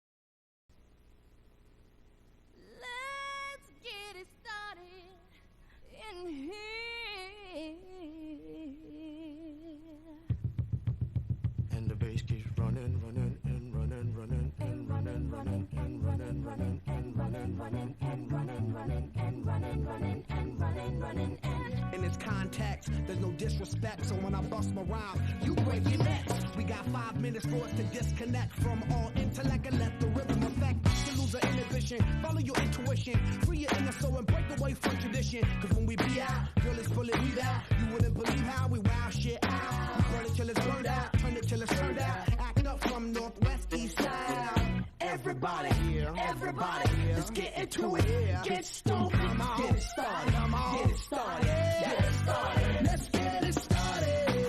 Let's get it started in here. Let's get it started. Let's get it started in here. Let's get it started.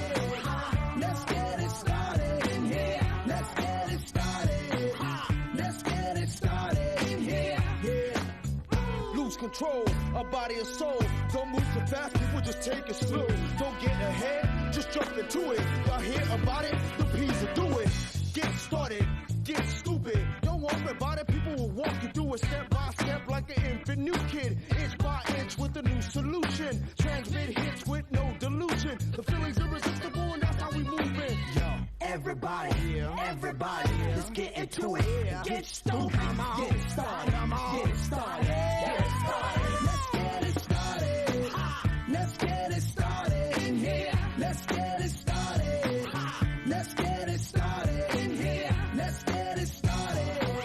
Let's get it started in here. Let's get it started. Let's get it started in here. Yeah. keep running, running, and running, running. Come on, y'all. Let's get it. Let's get it. And while out here. Let's get it. And while out here. Let's get it.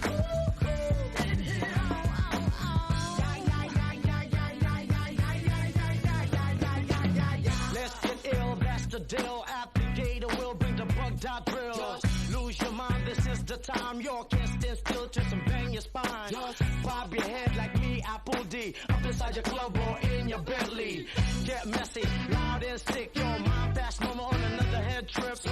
Come them now, do not correct it. Let's get ignorant, let's get hectic. Everybody, let's get into it. Get stoked, get it started, get it started, get it started. Let's get it started. Let's get it started in here. Let's get it started. Let's get it started in here. Let's get it started. Let's get it started in here. Let's get it started. Let's get it started in here.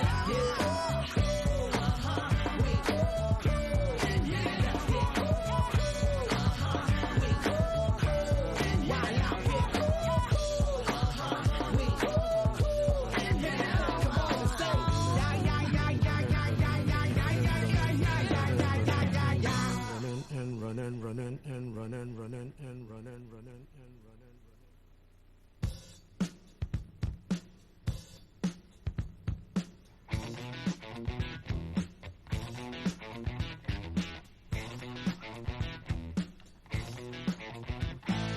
Facts over love, always hide beneath the covers till I talk to you, my daddy will say. I said, you ain't seen nothing till you're down on them up, and then you're sure to be changing your ways. I met a cheerleader, was a real young breed, all the times I can reminisce. All the best things of loving with a sister and a cousin.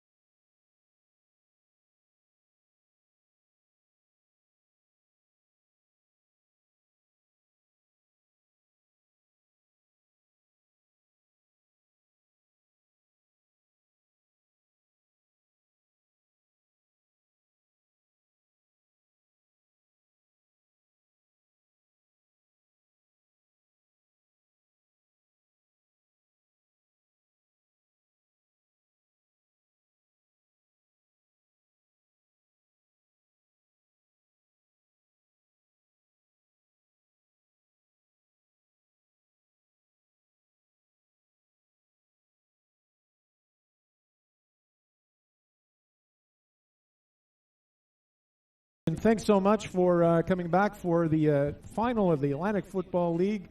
UNB Red Bombers 14, Holland College Hurricanes 12.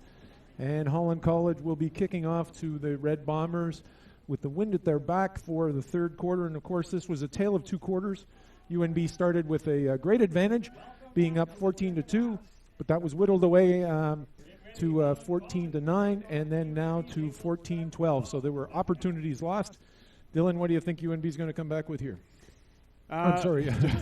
I answered my own question, Justin. I think that's I think they got to get back to the bread and butter.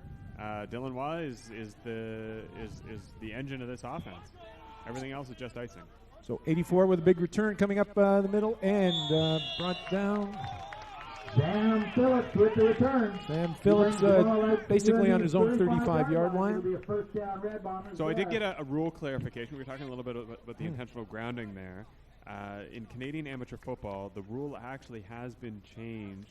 So if the ball is thrown and it gets past the line of scrimmage, it is not intentional grounding, regardless of any other factor. Well, given the fact I learned the rules in 1964, that means I would have got that one wrong. But now you know.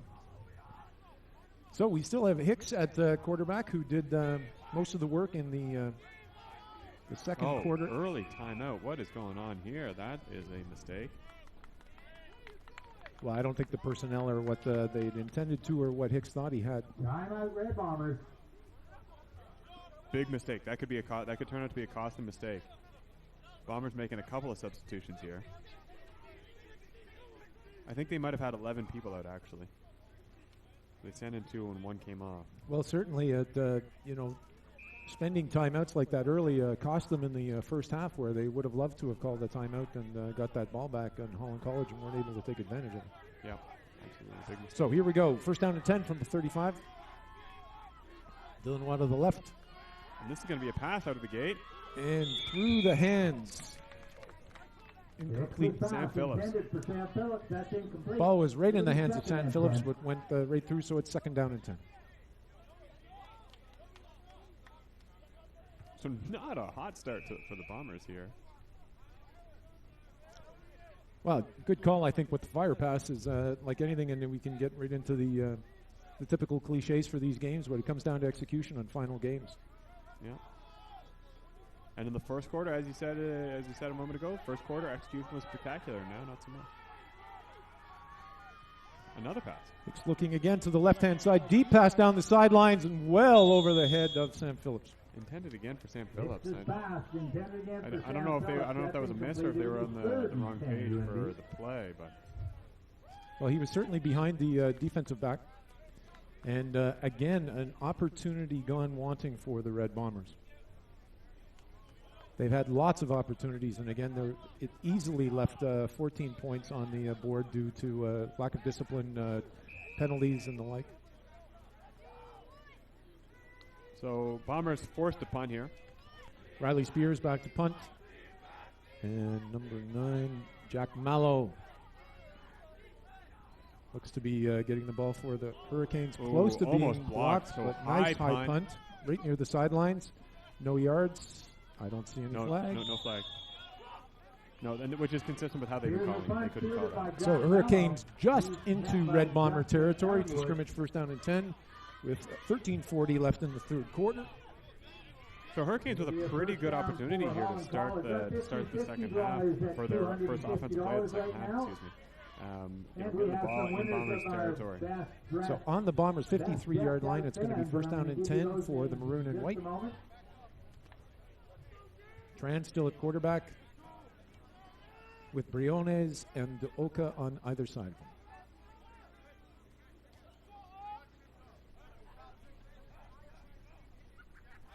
Looks to pass. Looking downfield. He's being flushed. Oh, very close to being sacked. And big catch. Right to the usual suspect, Kay Mitchell. Is able to roll out. Morgan Martin almost tracked him down from behind. He was working hard.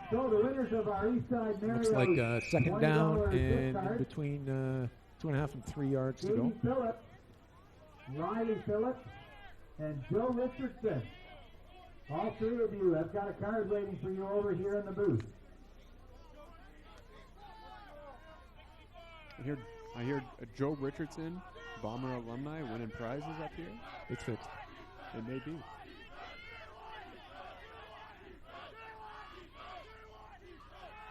Ball given to Deoka on the right-hand side. Big gain.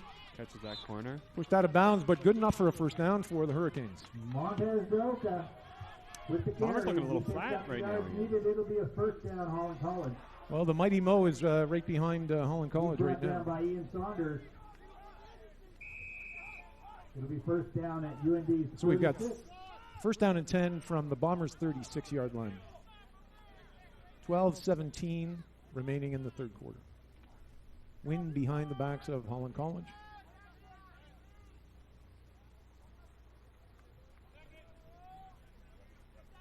UNB in zone coverage. Tron looking to pass again down the right-hand side, again going for the corner. Spears got to get his hand up, or eyes up rather. And Touchdown, I Hurricanes! did not think he came up with that ball. Big catch. I was certain that Spears defended that. He was all over him. He was in the right spot. He is very frustrated with himself right now. Riley Spears. We're going to see this again. I didn't think he caught the ball.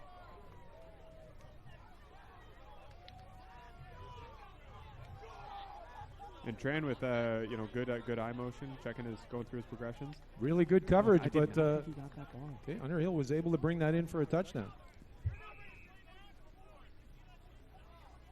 Okay, Underhill setting up for the conversion. Kay Mitchell. Kay Mitchell.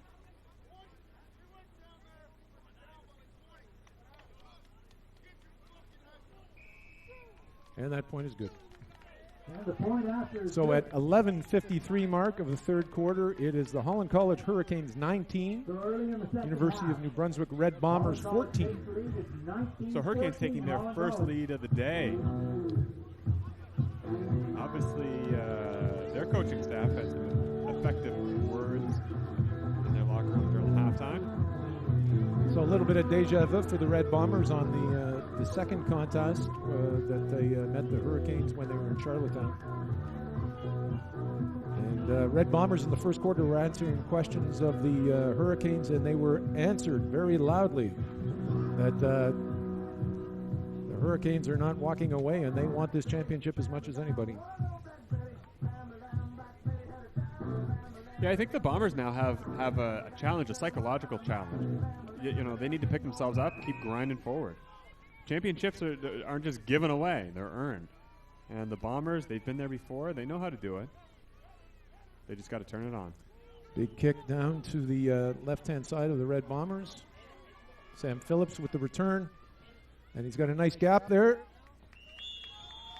And Great return. Sam Phillips with no the flags on the return. play. He's got over the 35.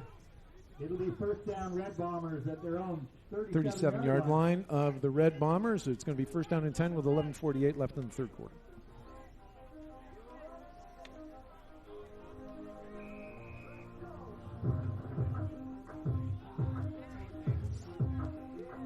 So question is, Justin, we're going to see the Dylan Waugh show. Who's at quarterback?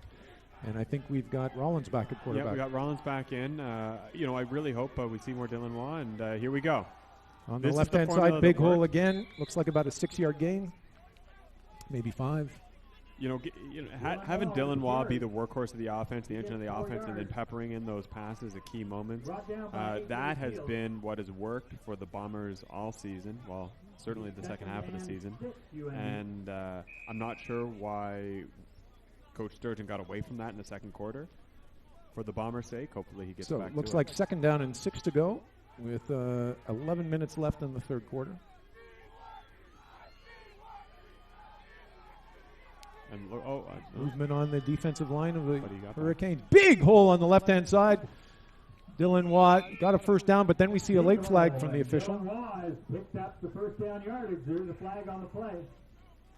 Early indication is holding against the Red Bombers. And that's exactly what it is. Now the only question is here is was it after yards or I don't see them making that differentiation at all on these. no? So and I'm not sure why. So they're walking back to the line of scrimmage and then they're going to go 10 yards back. You know what? I'm very confused about this. Maybe I don't understand the rule. So the call is holding against UNB. But so that's going to bring up, that's going to be a repeat of second down with a 10-yard penalty. Second down and So penalties are showing up to be the huge Achilles heel for Red Bombers today. It's taken away 14 potential points on the board and certainly stalled most of the drives that they've had here in the third quarter.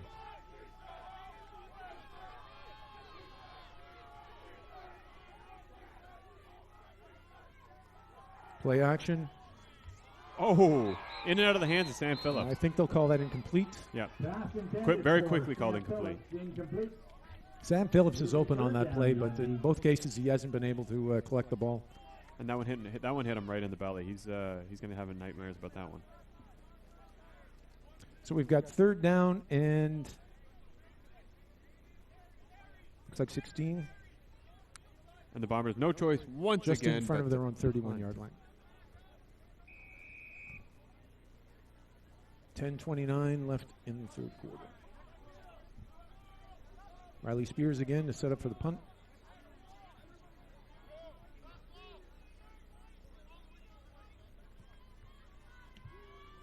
Good kick.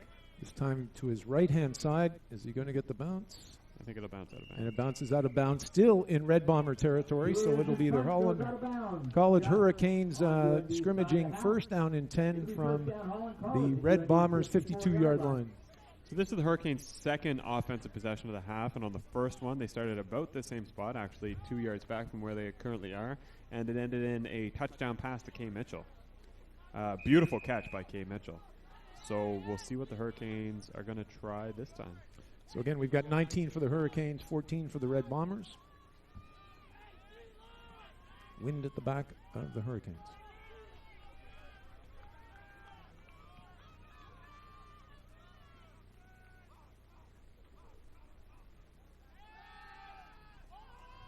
Deep throw to the right-hand side. He's wide open, but it's over the head of the intended receiver. Second down and 10. You know, I'm not sure. You know, I can't say this is intentional or not, but we're seeing a lot of balls going Riley Spears' way. You know, I don't know if they see that as, you know, as a matchup that they think that they can win or not. I mean, Riley Spears has been a good defender, so I'm not sure. It may just be coincidence. Absolutely. Well, we'll keep looking. Yeah. See if they're picking on that side. Something that we might have picked up last time, you saw that both running backs were tight to Tran when it looks like he was going to throw. Now he looks like he's got three wideouts split to his right. And again, he's looking to pass to the left-hand side, flushed from the pocket, and he's sacked. Alec Ferris, bringing him down. Alec Ferris, the difference for the Red Bomber defense today. Tran gets out of the pocket, but not away from Alec Ferris. You know, one thing that you see very commonly in championship teams, in championship games, is you see, you know, 2 or 3 key guys just putting the team on their back and making key plays, you know, play after play after play, you know, in sequence. And Alec Ferris is one of these guys who's capable of that. Every time he's on the field, he's capable of getting So a we've sack. got 3rd and 14 for the Hurricanes on their own 54-yard line. Looks like Kay Mitchell is going to be punting once more. Ooh, close to a block. Matt LaFleur back, takes it cleanly. Ooh. And he's able to get over his own 20-yard line for a 1st and 10. Great coverage on the Hurricane special teams. First down, Red Bombers.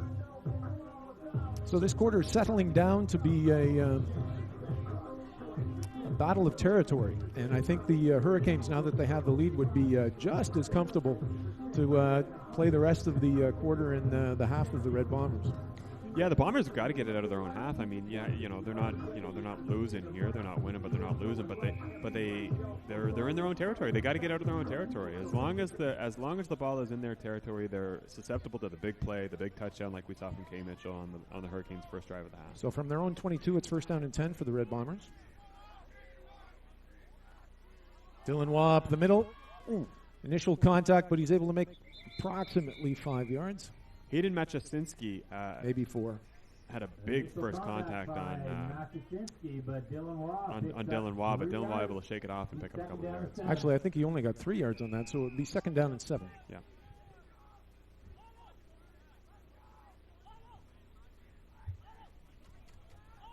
So the Holland College Hurricanes defensive line is tightening up significantly on the running plays against the Red Bombers. See if they're going to force them to go to the air. And they are looking to throw. Downfield, down the middle, wide open to Hicks. Oh, no! No, that's a fumble. That's and a he's fumble. fumbled it and That's picked up by the Hurricanes. Oh, they my have goodness. regained possession. Big turnover for the Hurricanes. Rollins pass. Oof. That Here we one go with the hurts. replay. Let's see the on the tackle. I think the Hurricane defender came right into the breadbasket and a Oh, nice yeah. tackle. Yeah, shoulder right on the ball. And guess who? 23, Justice. Justice Grant.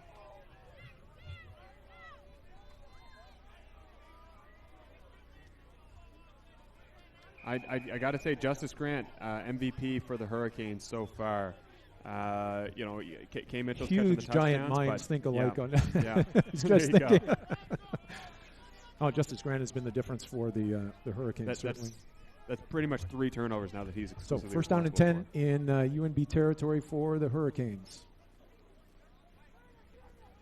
And they're going back to the ground with Briones. Hand off to Briones.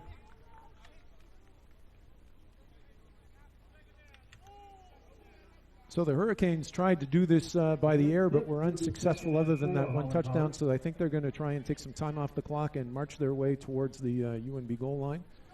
And it's going to be UNB to make this stop. It looks like it would be 2nd and 4 from the UNB 31-yard line.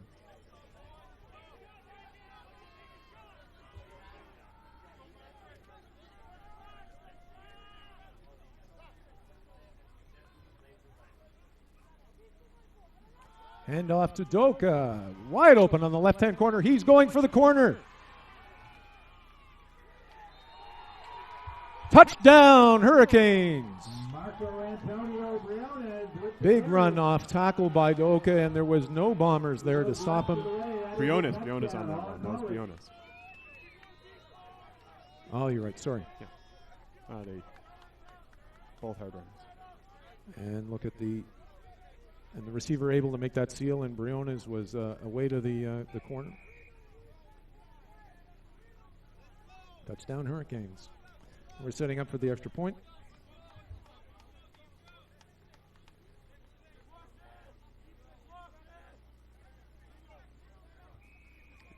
Point is good. And the Hurricanes making their presence felt with a key turnover by key forced fumble by Justice Grant and a couple of great strong runs by Briones. Big play. So with 6:13 left in the third quarter, it's the Holland College Hurricanes 26, Red Bombers 14. So the Bombers now looking at the 12-point deficit. Well, bad news for the Bombers is the momentum is well behind the Holland College Hurricanes, but there's lots of time for them to be able to regroup. And they've been able to do that, I think, in at least 3 games this season where they were behind and able to come back against not only Holland College but also Dalhousie Tigers. So wouldn't be any reason to panic, but time to buckle up and execute. Yeah, the good news is plenty of time. But discipline, self-discipline, gonna have to lock down the penalties. They've really been the penalties have been killing the Bombers since the first half. Well, the second and third quarters. Good kick down the middle, a bit of a line drive. Took Sam Phillips again with the ball, coming right up the middle. Oh, nice move to get outside to the left-hand side, but brought down quickly. Matt LaFleur on the return. Jack Mallow with the tackle for the Hurricanes. Matt LaFleur with the carry, with the return, brought down by So Matt we've got Mallow. a little more than 6 minutes left in the third quarter. Red Bombers at their own 24. First down and 10 from the Red Bombers 24. Rollins at quarterback.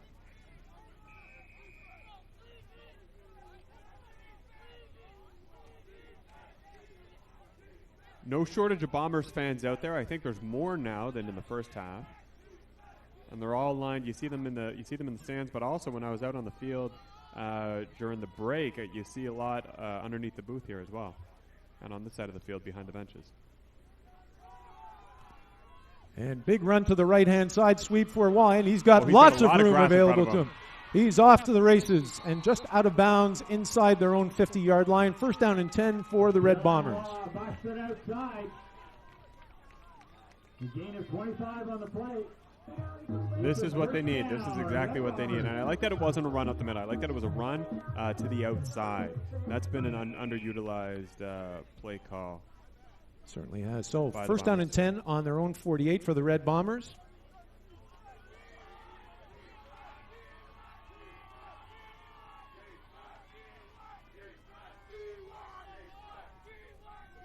Oh no, a bobbled. And he, oh my goodness, the mistakes. So bobbled snap. Oh, I think what I don't. it was a quick fumble off the legs of Dylan Waugh right into the hands of Holland College, and they blew it dead. So you can see that the exchange never came out of Dylan Waugh never had a chance, as Rollins never really got possession. And I think Holland College would have a fair complaint to say that that was an early whistle, as to the knees of that Holland College player never went down, but it was blown dead. Yeah, and and then that's how the refs have been calling it. Safety first, right? They've been quick on the whistle consistently for both sides. So first down and 10 for the Hurricanes on another Red Bomber turnover, just inside the 50-yard line of the Red Bombers. So not able to capitalize on that. So you're seeing two setbacks close to trend. This would typically be a pass play by Holland College. And no, they're able to give it on a small delay to Duoka. And it looks like he's got about a 4-yard gain, second down. Looks like they've marked it 3 yards, so it would be 2nd and 7 from the Red Bomber 42-yard line. No, I'm sorry, 47-yard line.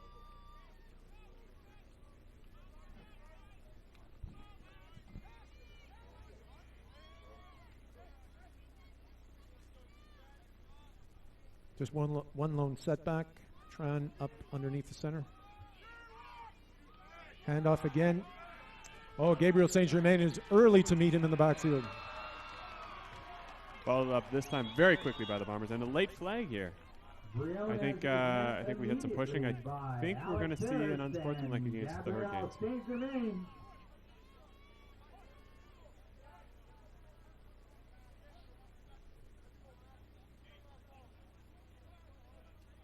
And we'll just wait for the Looking call. for the signal from the head referee.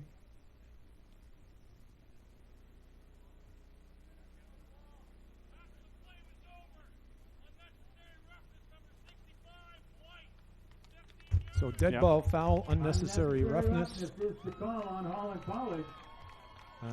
Called on Darius Kemp. It'll be 2nd and 25, Holland College. Big penalty against Holland College.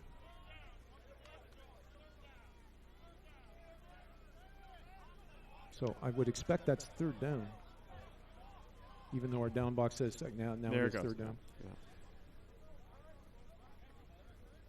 So, you hate to see the penalties being the difference maker in the game. But, the penalties have been a pretty significant factor now, on both sides here.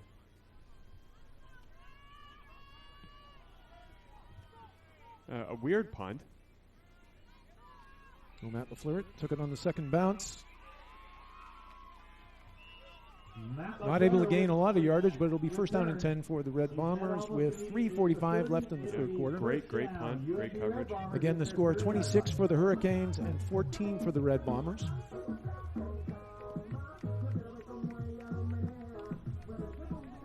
So we'll see if the Bombers can buckle down, stay disciplined, avoid the penalties, avoid the little mistakes. That's what it is. Penalties and little mistakes are absolutely what's killing the Red Bombers so far. To come into typical football quotes, this is where Coach Belichick would say, just do your job. Just do your job. Dylan Waugh, wide open flag on the play, though. So if the penalties against Holland College, that's a first down, but we would have anticipated something against the Red Bombers. No, it looks like it's offside against the Hurricanes, so that'll be declined, I think.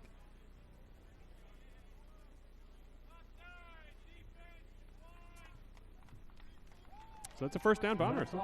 So Justin Wise looking like he can see into the future, and that's exactly what happened with a first down for the Red Bombers with a nice run from Dylan Waugh, and the penalty declined. So it's first down and 10 from their own 43.5, 44-yard line. Dylan Waugh again. That hole on the left-hand side is open all day long. And it looks like he may have made it far enough for another first down. I think he carried too. Oh, and there's another penalty against the Hurricanes. Dylan Wall with the carry. So this will be they'll tack on an additional 15 yards on the back of that. Well, discipline going back and forth here. We had a lot of ill discipline with UNB and now Holland College. With what seems like pointless penalties after the plays are done. So the ball, I think that they might have had a measurement, but for the penalty, that was pretty close to the first down line.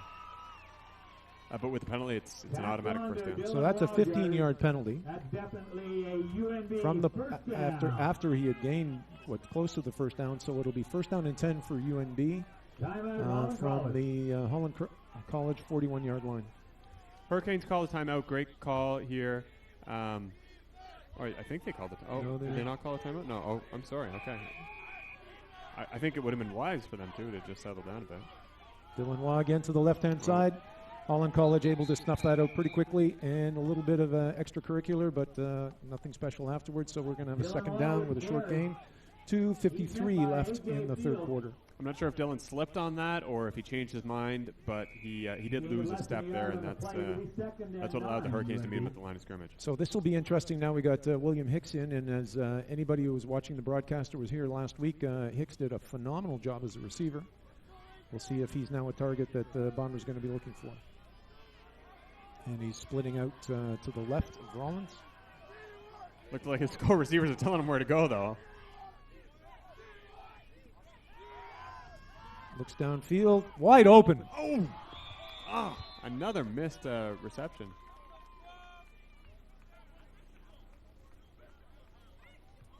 Pass intended for Nick Duffy.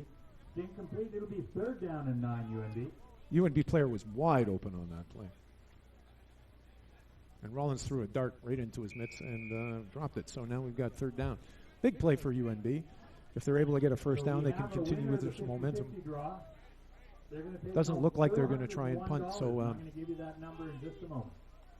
Yeah. Very frustrating if they're not able to make something out of what was the beginning of a nice drive. Well, especially because a punt would give them great field possession, right? Looking downfield, and he's flushed. Oh, he's in trouble. He's in trouble, and he's Not going to happen. brought down for a sack. That's 28 and 36 that were in on it together. That was Jerome Shimangiela. That'll be a excuse me, I'm sorry. And so here's that 50-50 number. If you have ticket I number forget the second 5609 player. Regardless, the Hurricanes defenders doing a great job flushing Rollins out of the pocket and tracking him down to force the sack. So first down and 10 for the Hurricanes on their own 43 with 1:40 left in the third quarter. They're up 26-14 against the Red Bombers in the Atlantic Football League title match. So talk about missed opportunities. Bombers finally get some momentum going and just slip with so many drop balls in and out of the hands of Bombers receivers. So many drop balls. Tran stepping up underneath the center. Interesting choice. Quick pitch out to the left-hand side for Briones, but taken quickly by UNB. Big loss on the play. UNB defense is stepping up now. Morgan Martin breaking through the line. Sniffing out that toss real quick. So quick change of personnel for the Hurricanes. Certainly would be setting up for a potential pass on this play. And I think we've got equipment trouble from Briones. The old loose shoe. Yeah, but that's by goalies in hockey to lose time, not running backs. These referees aren't waiting for it. So at some point in the next quarter, you need to come over here and pick up these cards. Time ticking away for the Red Bombers, and now they call the timeout. For the Hurricanes forced to take time. Called Holland College.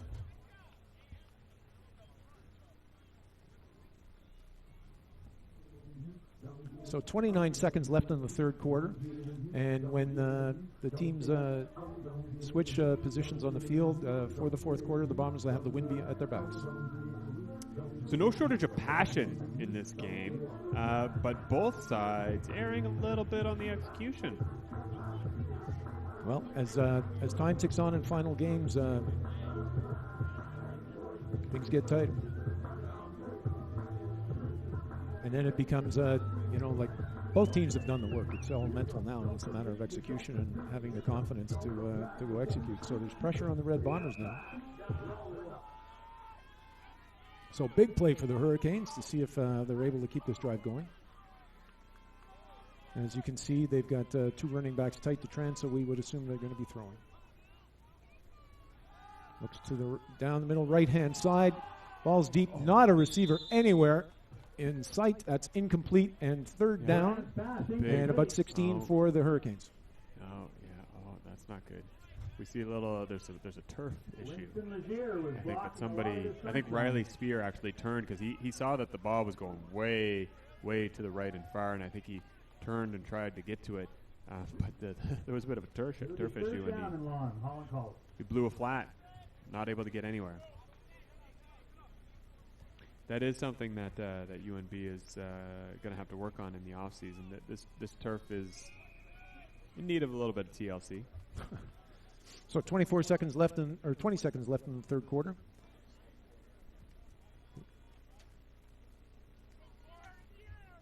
So we see a punt. Matt LaFleur back. Kay Mitchell, all set to kick. Oh, flag on the play. Flag on the play. Procedure. Procedure against Holland College. They'll be marched back another 5 yards. They'll go back 5 yards and try it again.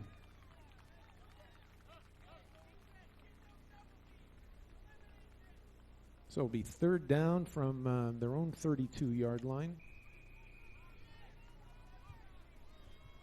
Something close to 20 yards they'd have to gain to get a first down. Kay Mitchell again setting up for the punt.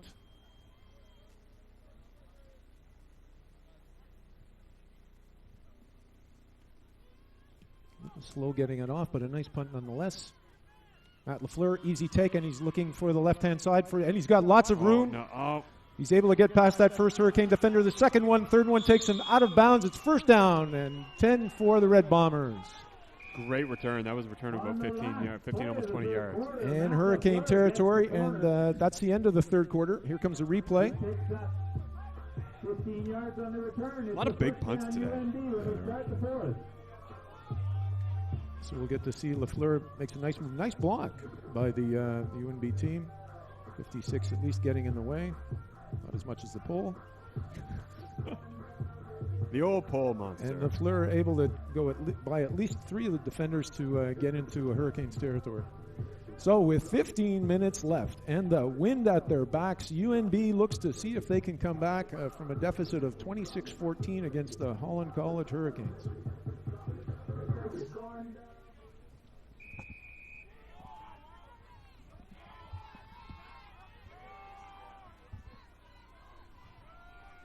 Dylan Waugh, no surprise to the left-hand side. Dylan Waugh with not much that time. Forward for a gain of 3.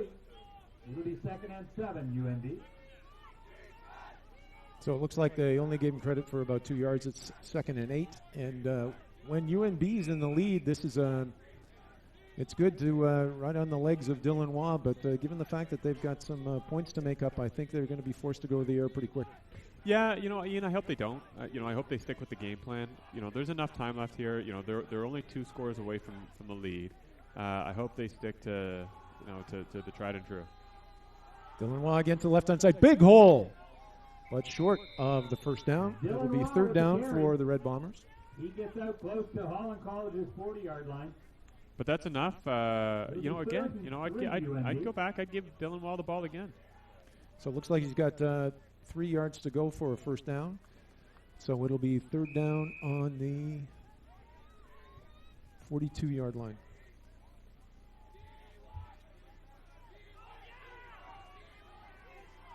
So 80% of the time they've been going to the left of center on the offensive line.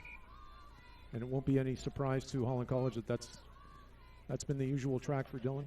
Yeah, but Holland College doesn't really have a solid answer for it either.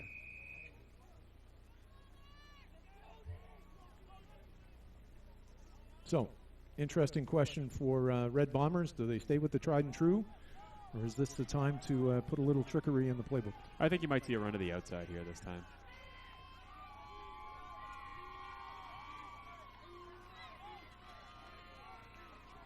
Dylan Waugh, left-hand side. No. And he's got the first Middle. down, and he's through into the second gap. He should have a first down easy for the Red Bombers. First down 10. So Mr. Dependable with the carry. giving it different looks, but He picks up making 10, the same and play that call. is a UNB first down. So as Jeff Landine likes to tell us, Dylan Waugh is Mr. Dependable, and it's a first down for the Red Bombers.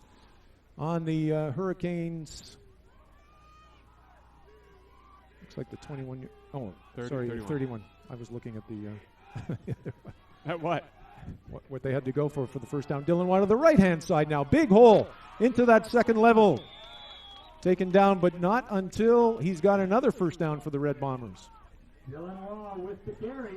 Kristen Hull with the stop, but not before Dylan picks up another UNB Red Bombers first down. So just like in Remember the Titans, just keep hitting it like Novocaine. Just hit it until it works.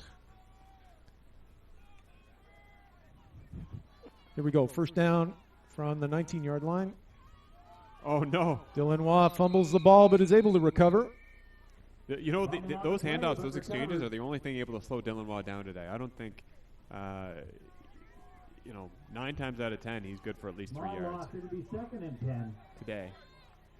So he's able to get it just a short loss. Second and a little more than 10.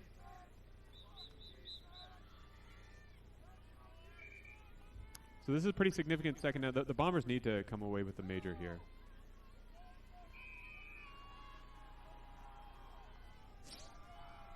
Just for momentum's sake. Low snap flag on the PA.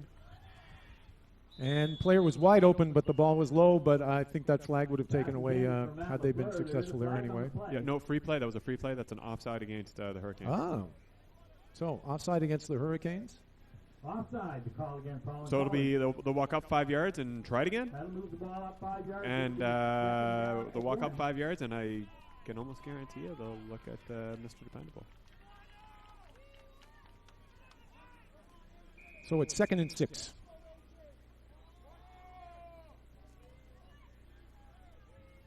Basically on the Hurricanes' 15-yard line, 11:24 in the fourth quarter.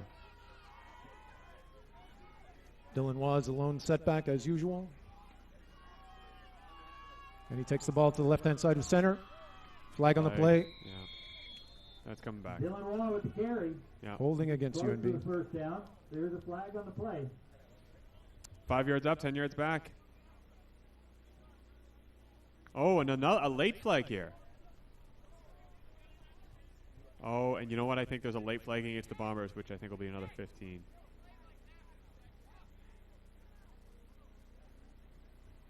Maybe for lipping, I think. Yeah. So I think we have an unsportsmanlike conduct.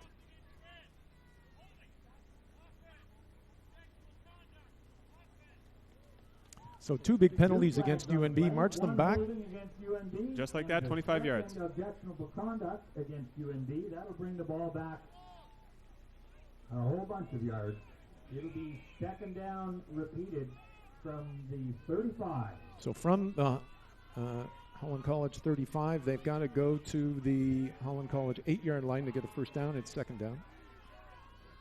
Looking deep, it's Rollins. Throws to his right-hand side. To jump ball, incomplete. Incomplete. Good defensive play by the Hurricanes. Pass intended for Matt LaFleur. Forcing a third down. All right, so what do the Bombers do here? Well 11 defended minutes by left. Justice Grant. They punt, eh? They've got to punt. Third down Looks like that's what they're doing. from the Holland So College field position would be a 35. big deal. You know, and maybe force a 2-point, right? So it's third and about 25. Yeah.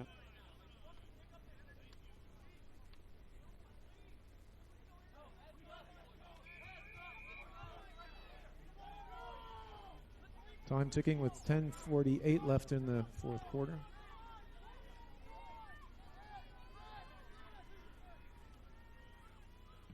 Oh, not a great punt.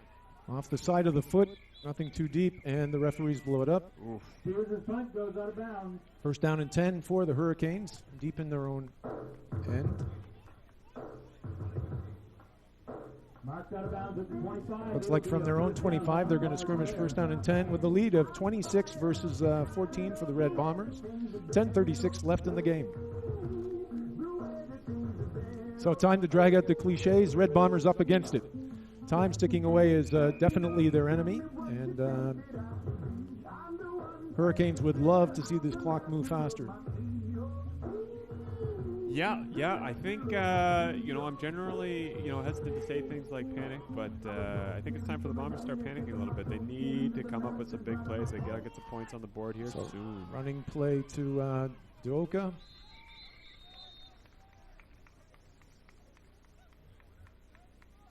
So it looks like about a 4-yard gain. Second down and 6 from just inside the 29-yard line. He picks up 4. 10 minutes left in the fourth quarter.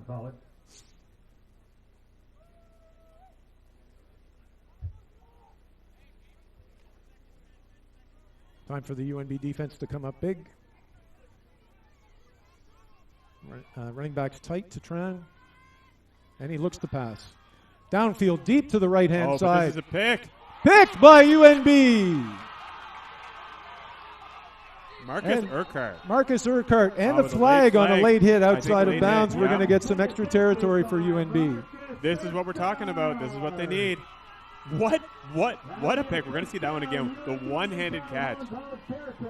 So you're going to see Tran look to his right-hand side. Nice ball. Nice tight spiral. But you see Marcus Urquhart take the ball at its apex. Nice. Looks like interception. Odell Beckham Jr. out there with the one-handed snag. So big play for the UNB defense. And then you see the late hit out of bounds. Again, discipline. You've got to wonder that in a final game that the simple things are what make the difference. Well, and these, this is college ball. Ian. Okay, I mean, but this is not, why are we coming so far back here? Oh no, I don't know.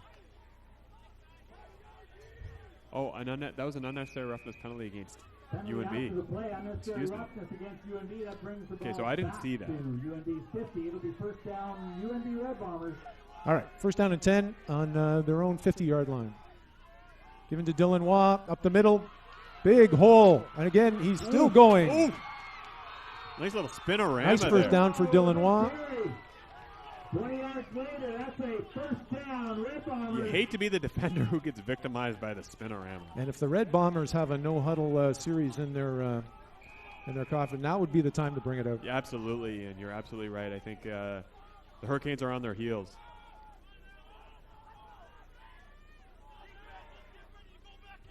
Dylan Waugh again to the right-hand side of center. Another big hole, looks like about 5 or 6 yards. Dylan Waugh up the middle.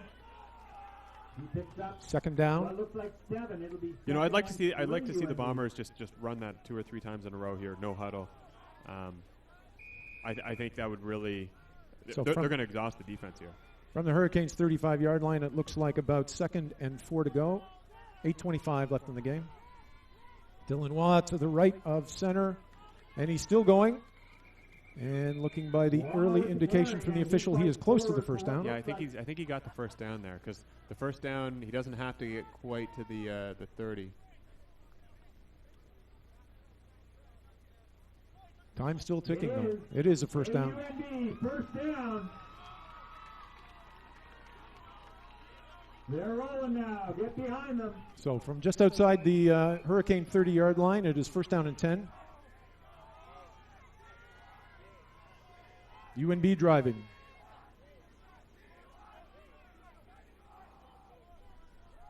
Dylan Waugh to the left-hand side of center. Big gap. He's through 3 Hurricanes before he's brought down with what looked like could be another first down. He's got what looks like 10. And it looked like there was a little extracurricular ballroom dancing off to the left-hand side, but no flags. And it's another first down for UNB. Time ticking with 7:20 left in the game. Discipline here. No surprise, Dylan Waugh to the left of center. Hurricanes were able to congeal on Dylan Waugh and stop him for a short game. So nice vocabulary there. I think maybe the Bombers went one too many plays there with runs up the middle. Oh. Now I think this is an obvious not run up the middle play. I think that would stay with the girl who bring you to the dance. I think you might see a run to the outside maybe.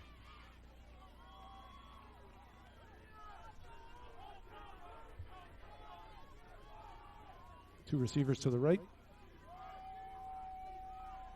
Dylan Watt. Oh, no. There you go.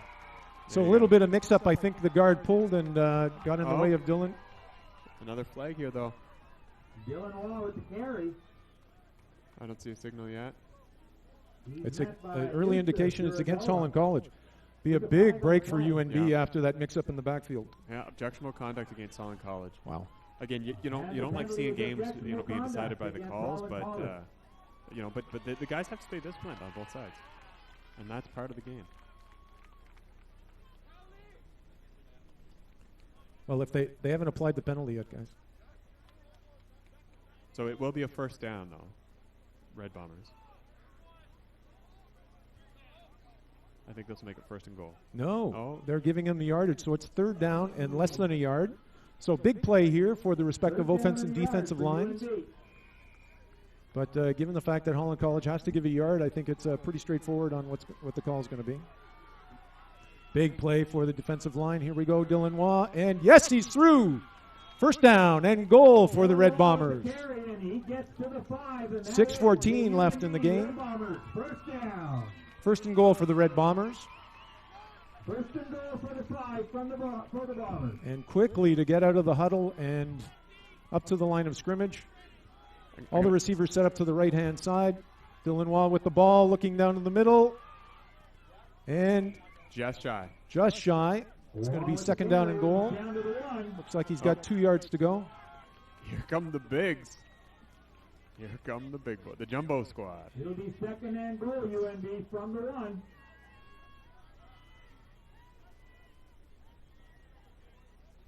In a short yardage situation, this group is basically unstoppable. Well, second down, 2 yards to go for a touchdown for UNB with 5:25 left in the game.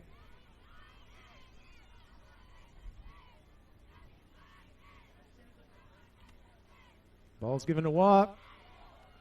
And he's over for the touchdown. Touchdown, Red Bombers.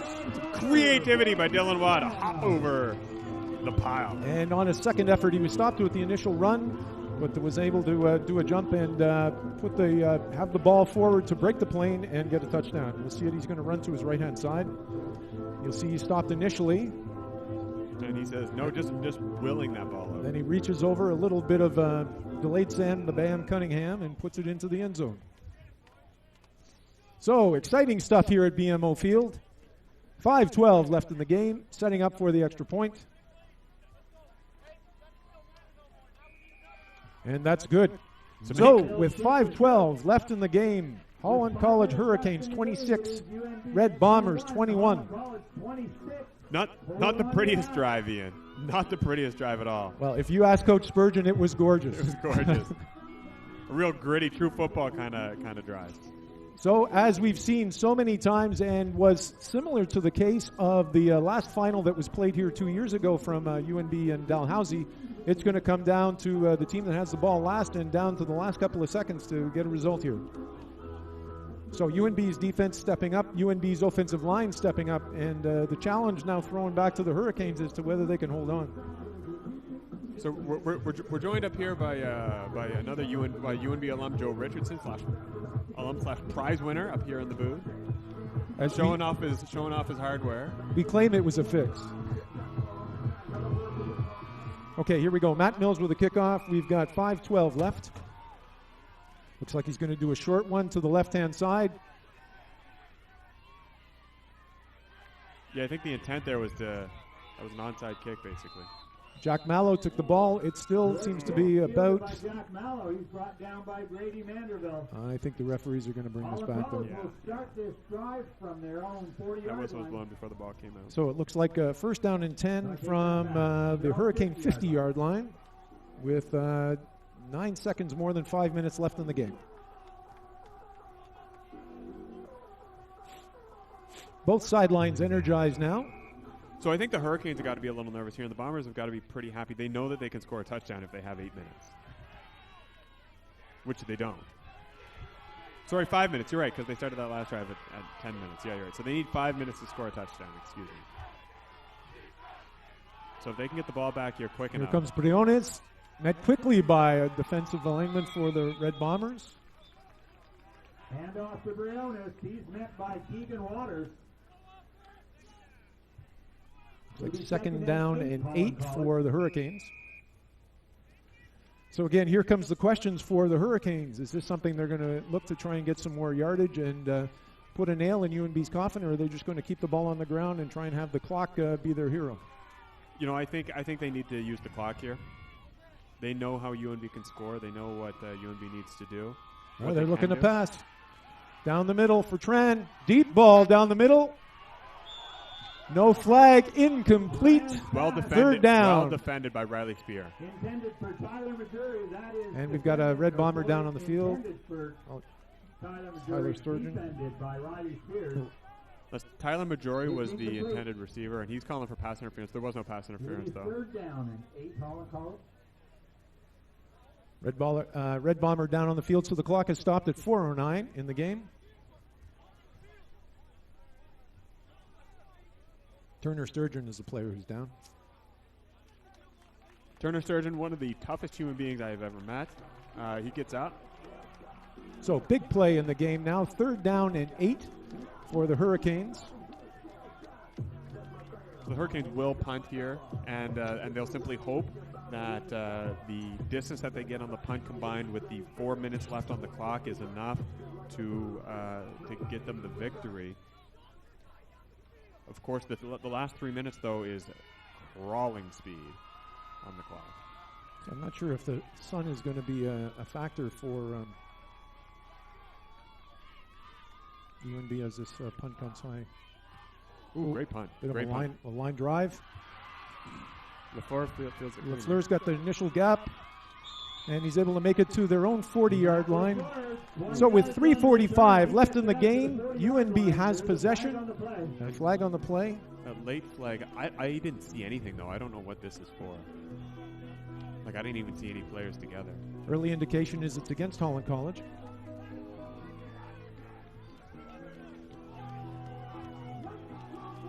That's Dennis Brown protesting, so I think the call might be against him. The call is illegal block. They've already moved this up 10 yards, so UNB is going to be scrimmaging from their own, just over their own 50-yard line with 3:45 left in the game. Favorable stick positioning for the Bombers. Dylan Waugh met early by the Hurricanes. Looks to only have gained possibly a yard. So maybe the Hurricanes have a different scheme here. Maybe they have one here. Have they finally figured out how to stop Dylan Waugh up the middle? 2nd and 9, UNB.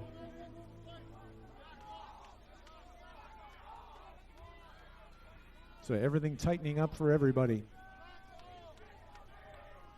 2nd down, 9 to go for the Red Bombers. LaFleur set up to the right-hand side. Looks for the pass. Down the sidelines to LaFleur. Oh, no flag, incomplete. Oh, 3rd down, 9. Justice Grant again on the coverage. There's a 3-minute warning from the head referee. Justice Grant, in that case, using his body positioning.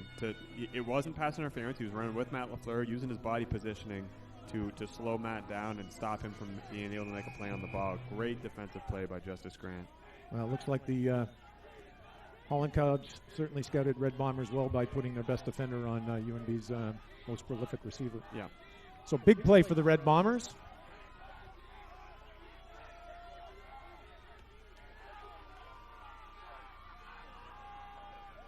Oh, he's got to throw the ball. Well done. Incomplete. And the Holland College Hurricanes will take over. 3 defenders around LaFleur. Jonah Rollins pressured. Pass intended from Matt LaFleur is incomplete.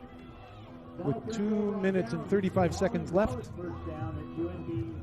Holland College takes possession on UNB's own 52-yard line. There is no doubt, Ian. Every player is leaving everything they've got out on that field. This is a 100% game here. This is exactly what a championship game should be.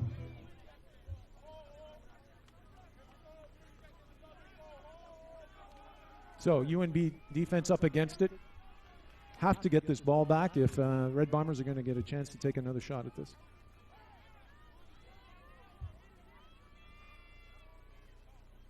Tran under center. Given to Doka. Gain of about 3 to 4 yards. Montez Doka with the carry. He picks up 3. It'll be second. 2:30 left in the game. Second down and 7 for the Hurricanes.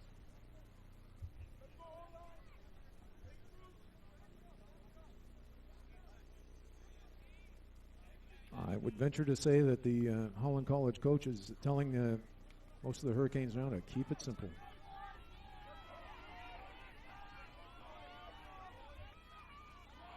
Given to Briones, and he's able to get close to the first down. Yeah, I think he has one. Briones with the When did carry. that ball pop? What point did that ball pop out? I think it was after he was down. Okay. Certainly no reaction by the officials. No, or the Bombers for that matter. First down, Holland College. So just inside the Red Bomber 40-yard line, it's first down and 10 with 1:58 left in the game. Something extraordinary required by the defense of UNB.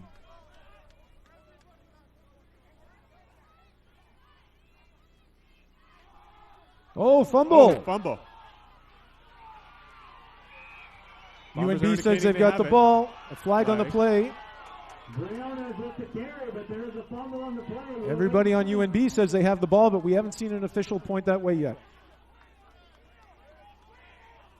And there it is. Head referee says it's Bombers' ball.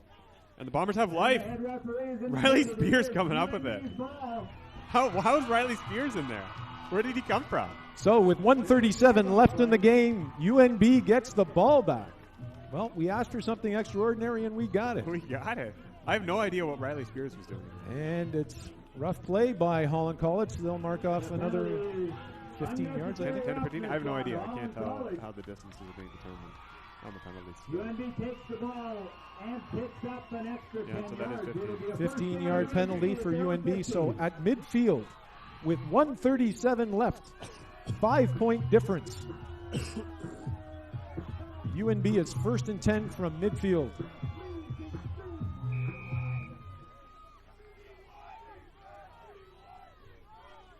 Dylan Watt, no gain. That is, okay, we got to give some props to that Dylan defender. Watt with the carry. That's Spencer He's headed McNamara, by Spencer McNamara. who just grabbed on and yanked him down. So Spencer McNamara is listed here as an offensive lineman. So maybe that's what they've done here. They're just going, somebody sending going their both top guys going both ways. Yeah. So as we said, something extraordinary had to come from UNB's defense. I think the same now needs to be asked from UNB's offense.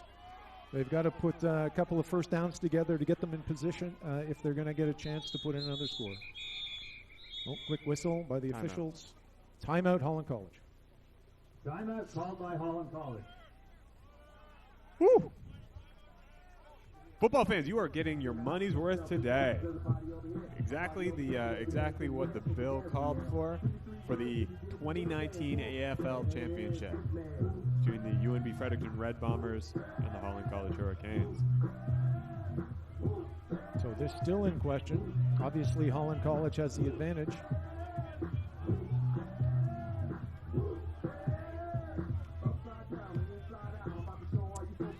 See what something special the Red Bomber Brain Trust can come up with to throw at the Holland College defense.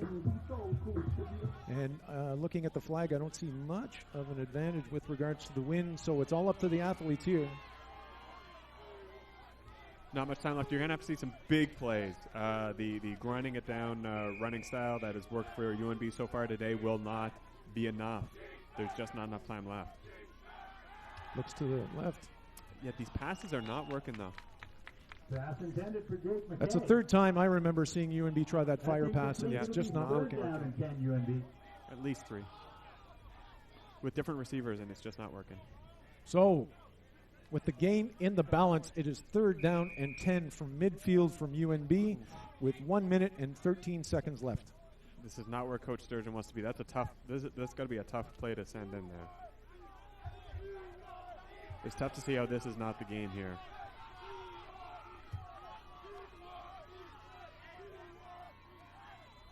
Oh, offside. Early motion on the line. Free Free play. Deep downfield. And he's Number got it. five's got it. He's He's still got going. it. And he's brought down. And if that call is against Holland College, which it is, it will be first down and 10, I think. Here comes the first and replay. 10, yeah, just outside, almost first and goal. Look at this. That's Thomas Hoyt. Second big catch by Thomas Hoyt. Thomas today. Hoyt, big catch, and just a step from breaking free for that touchdown. Yeah. It'll be first down, UNB. First down and 10, just outside the 10-yard line for UNB. They've got about half a yard where they could make it first and goal. With a minute left, 58 seconds on the clock. So is this the Dylan Waugh show? Is this the Dylan Waugh show, Ian? Well, according to all the brains in here, it's Dylan Waugh once, twice, thrice. Oh, No, it's and going to be a faked pass. it. Oh! Incomplete. Oh!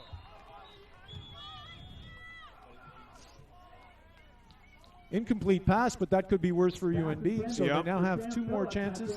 Actually, they could have more than 2 chances in that they can get a first down without getting a touchdown here. No flag on the play. Okay, yeah, I did. I was going to say, I did see a flag down, but I think it was just an accidental throw. So no flag, no penalty on the play.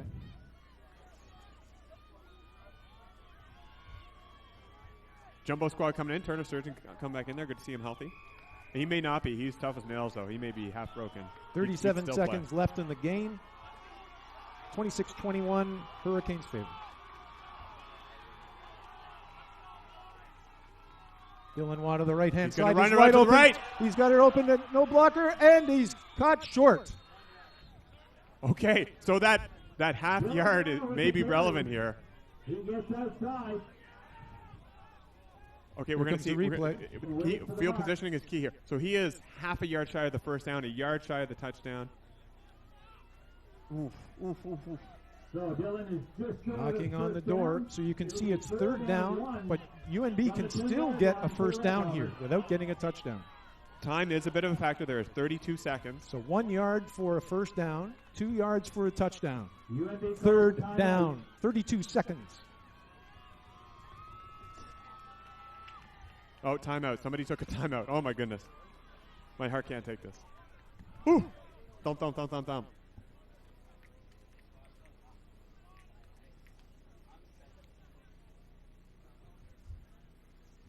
So everybody here at BMO Field, and of course everybody watching in Charlottetown or in Fredericton, or Bomber fans throughout wherever you may be watching, getting your money's worth. Here it is. Down to the wire for the AFL championship. Red Bombers stepping up to the line. Cheerleaders going wild, crowd going wild. Throats. Adam's apple in the throats of everybody. I want to see a run to the left. Yeah. Run to the right. And he's caught early. Is it enough? Is it enough? Hurricanes think no. No signal. No signal from the officials. You're waiting on the spot. Bombers are saying it's a first down. Let's see where the signal is. There's the replay. I don't think we're going to be able to see it Oh, from the replay. there's going to be a measurement. They're But pulling there- the stick. there They're was bringing the that sticks time. out. They're bringing the sticks out. This Of course could they're not gonna be bring the stick tighter. out. Of course they're bringing the sticks out. This is inches. This is a battle of inches. So as John Madden would say, this is about, did the official make a left-handed mark or a right foot mark? It's going to be all the difference for the Red Bombers as to whether they're able to get a first down or it's a change of possession. So if you're looking at the camera right now, it looks like that should be a first down. That looks pretty close to that line. It's third. This is third. This is 3rd and 10. So here comes the sticks. Doing a good job. I hope nobody trips running these sticks out here. That'd be intense. We don't have anybody to do a drum roll here, do we? It's all or nothing here for the Bombers on this measurement.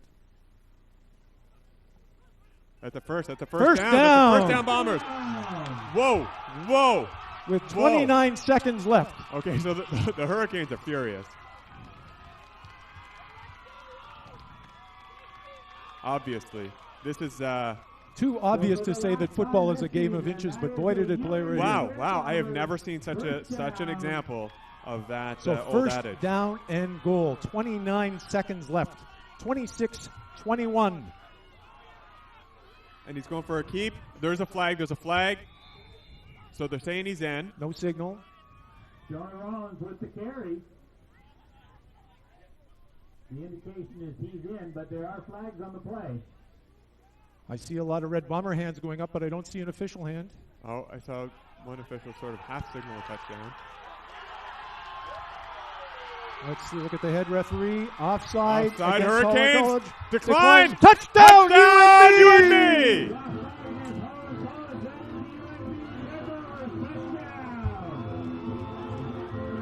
Well, we have to say to our usual watcher, Cyril, what do you think Brian Freeman's doing on the sideline right now? Here comes a replay. Well, we didn't get to see much We because got nothing there. That's all right. There was because Rollins nothing to see. came off the line of scrimmage so fast they were able to get the touchdown. So here we go for the extra point, which at 27-26 Is relevant. Is relevant. especially if you're trying to punt for a single point. 22 seconds left in the game. Yeah, so 22 seconds is enough time for the Hurricanes to get close and potentially kick a rouge, right? Which is 1 point. So this PAT is... Oh, they're going for two. They're going for two, okay. I'm curious about that play. There was a fumble. Did he get in off And that? he got gave in it to off him. He that. got 2 points. What on earth is going on here? So the Hurricanes forced a fumble, but it fumbled right into the hands of another Bomber. And I did not see who it was at all, but he, I think, fell across the line. Now there's a late flag. Late flag. After, so, yeah. So you're going to see Turner Sturgeon went with the ball, but now it popped up. Pops right out. Comes from a Hurricanes hand into the hands of the Red Bombers, and then they're able to push over the line for a 2-point conversion. And that was... and there are flags and hats and things going up in the air as I think the Holland College Hurricanes are giving in to the frustration of the situation. Did I see 32? Does it make sense that was that doesn't make sense that was Christian Paul, does it? Alec Ferris with the... It was 30-something. So with 22 seconds left in the game, the score is UNB Red Bombers 29, Holland College Hurricanes 26. The going for two is a little curious. I'm not sure about that. What do you mean? Why the choice to go for two? I'm not sure what advantage that gives them. Well, it depends on what you look, but now it means that Holland College has to get a field goal in order to tie the game, or a touchdown, of course.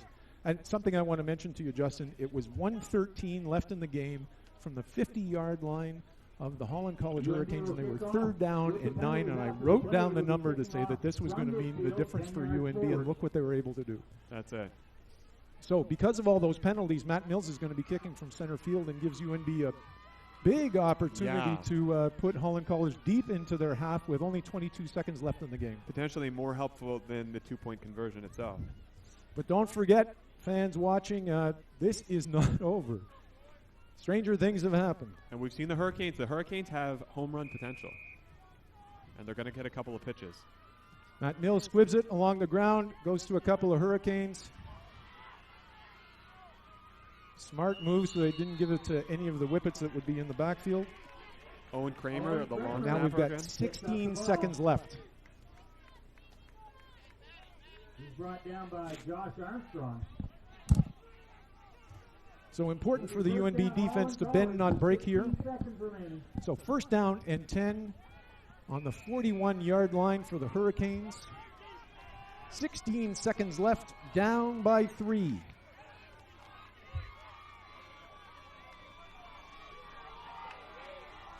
Can the Hurricanes pull out some magic?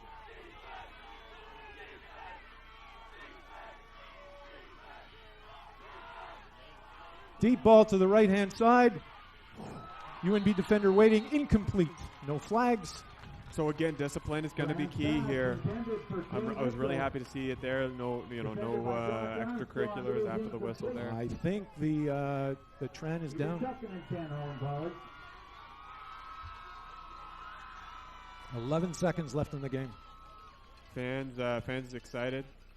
Although at this point in the game we can clearly see the division between the Hurricanes fans and the Bombers fans. So with 11 seconds left, it'll be 2nd down and 10. If this result holds, it'll mean the 4th Moosehead Cup that UNB is able to win, and that will equal what Holland College has done. So they'll both have 4 championships in the 11-year history of the Atlantic Football League. But we hope the Holland College player down is going to be all right. Oh, it looks like we're going to get the UNB trainer to help out as well. So this could take a little time.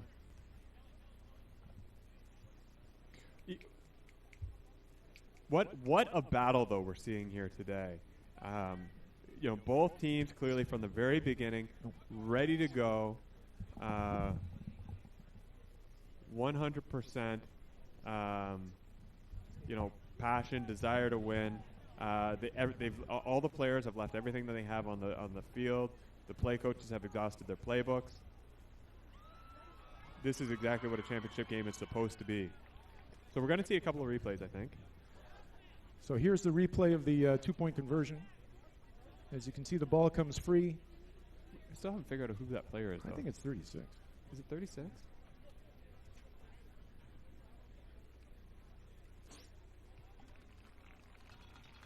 Yeah, I'm not sure who 36 is. It's not on my list. So just as a quick recap, if you're late here and we see Tran going off a problem with his right shoulder. UNB went up 14-2 in the first quarter. Holland College came back to make that 14-12. Then UNB was down, I think, something like 15 points into the third and fourth quarter, and UNB has been able to come back, and they are up by 3 with 11 seconds left in the game. It's been extremely exciting. To say the least. What a game. What a championship. The ebb and flow of a titanic football contest. Here we go, second down.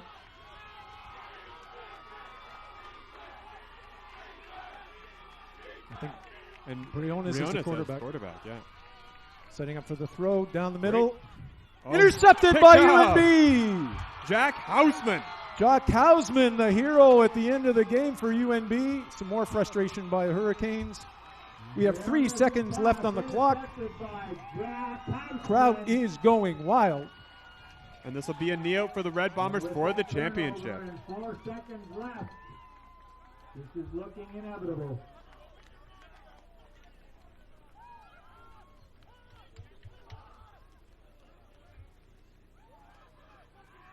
So first down and 10 for the Red Bombers on their own 50-yard line. 3 seconds left in the game. Red Bombers 29, Hurricanes 26.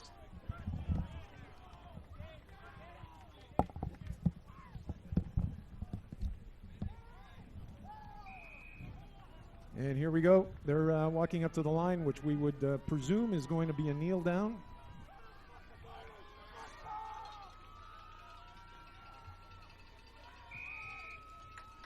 And that's what it is. And I think there's going to be one more play. Oh, it's got to be one more play. Time in, yeah. Yeah, there you go. And 0's on the clock. Last play of the game. And that's it.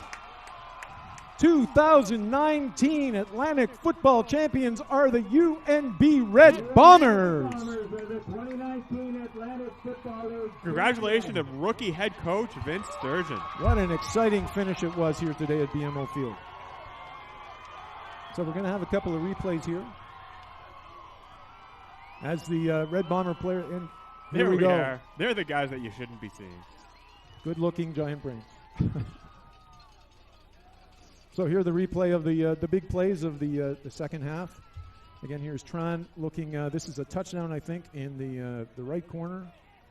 Big catch. Yeah, right over. I still have no idea. And you got the post there. But you can see the reaction by the bench. Yeah, what a spectacular catch. And this is the play that it was just before he was able to go for that first down. I think it looked like he had a chance for the touchdown. But again, that was Dylan Waugh. It was a great final. We thank you all for supporting the team this year, and we look forward to your And here's the. Oh no, this is not. This is the fumble. Oh, that's the fumble. With Justice creating that fumble from William Hicks. I still think Justice might be the MVP of the game. Well, there's no question. Yeah. I mean, well, other than I guess Dylan Waugh or Justice. And then here we have Briones with a big touchdown. He's going to break it out to the left-hand side. Looking for the big touchdown. And there we go. Another touchdown for the Hurricanes. This put them up, I think, by 14-15. Man, the punts today, huge punts today on both sides, generally, a couple exceptions. Oh, and this is a big return to the left-hand side. I think he was able to shake at least 2 or 3 of the Hurricane defenders to take this to the left sideline. And I think it was the beginning of UNB starting to get some momentum and come back from a pretty considerable deficit against Hurricanes. We've got 6 more replays.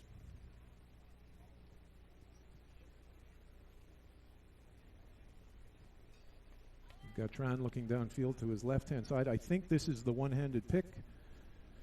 Oh, yeah. Jeez. Yeah. That's Big exactly it. interception, and that was the Josh beginning Armstrong. of UNB being able to come back in earnest in this game. Sorry, Marcus Urquhart. I knew that wasn't right. Marcus Urquhart coming up with that big, looking like OBJ out there. And then you see the flag come in, penalties. Which, of course, took some. So we're going to have Dylan Waugh again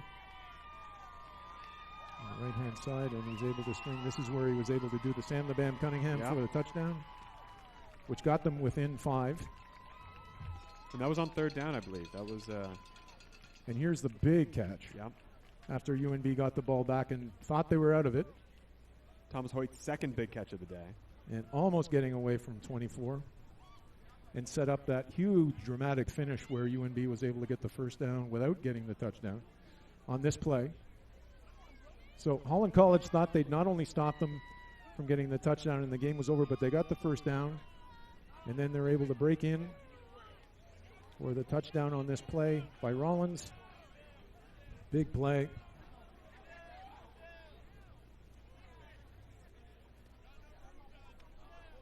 And I would anticipate that this is the interception to finish the game off with Briones at quarterback. Yep, that's exactly it. Jack Hausman. And there's Jack Hausman. The finishing nail in the coffin. Closing the door. What a great championship game, though.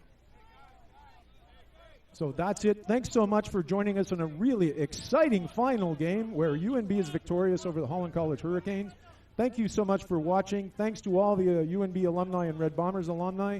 And I think we're going to go to the field now. Have a great off-season. See you next year. Great off-season.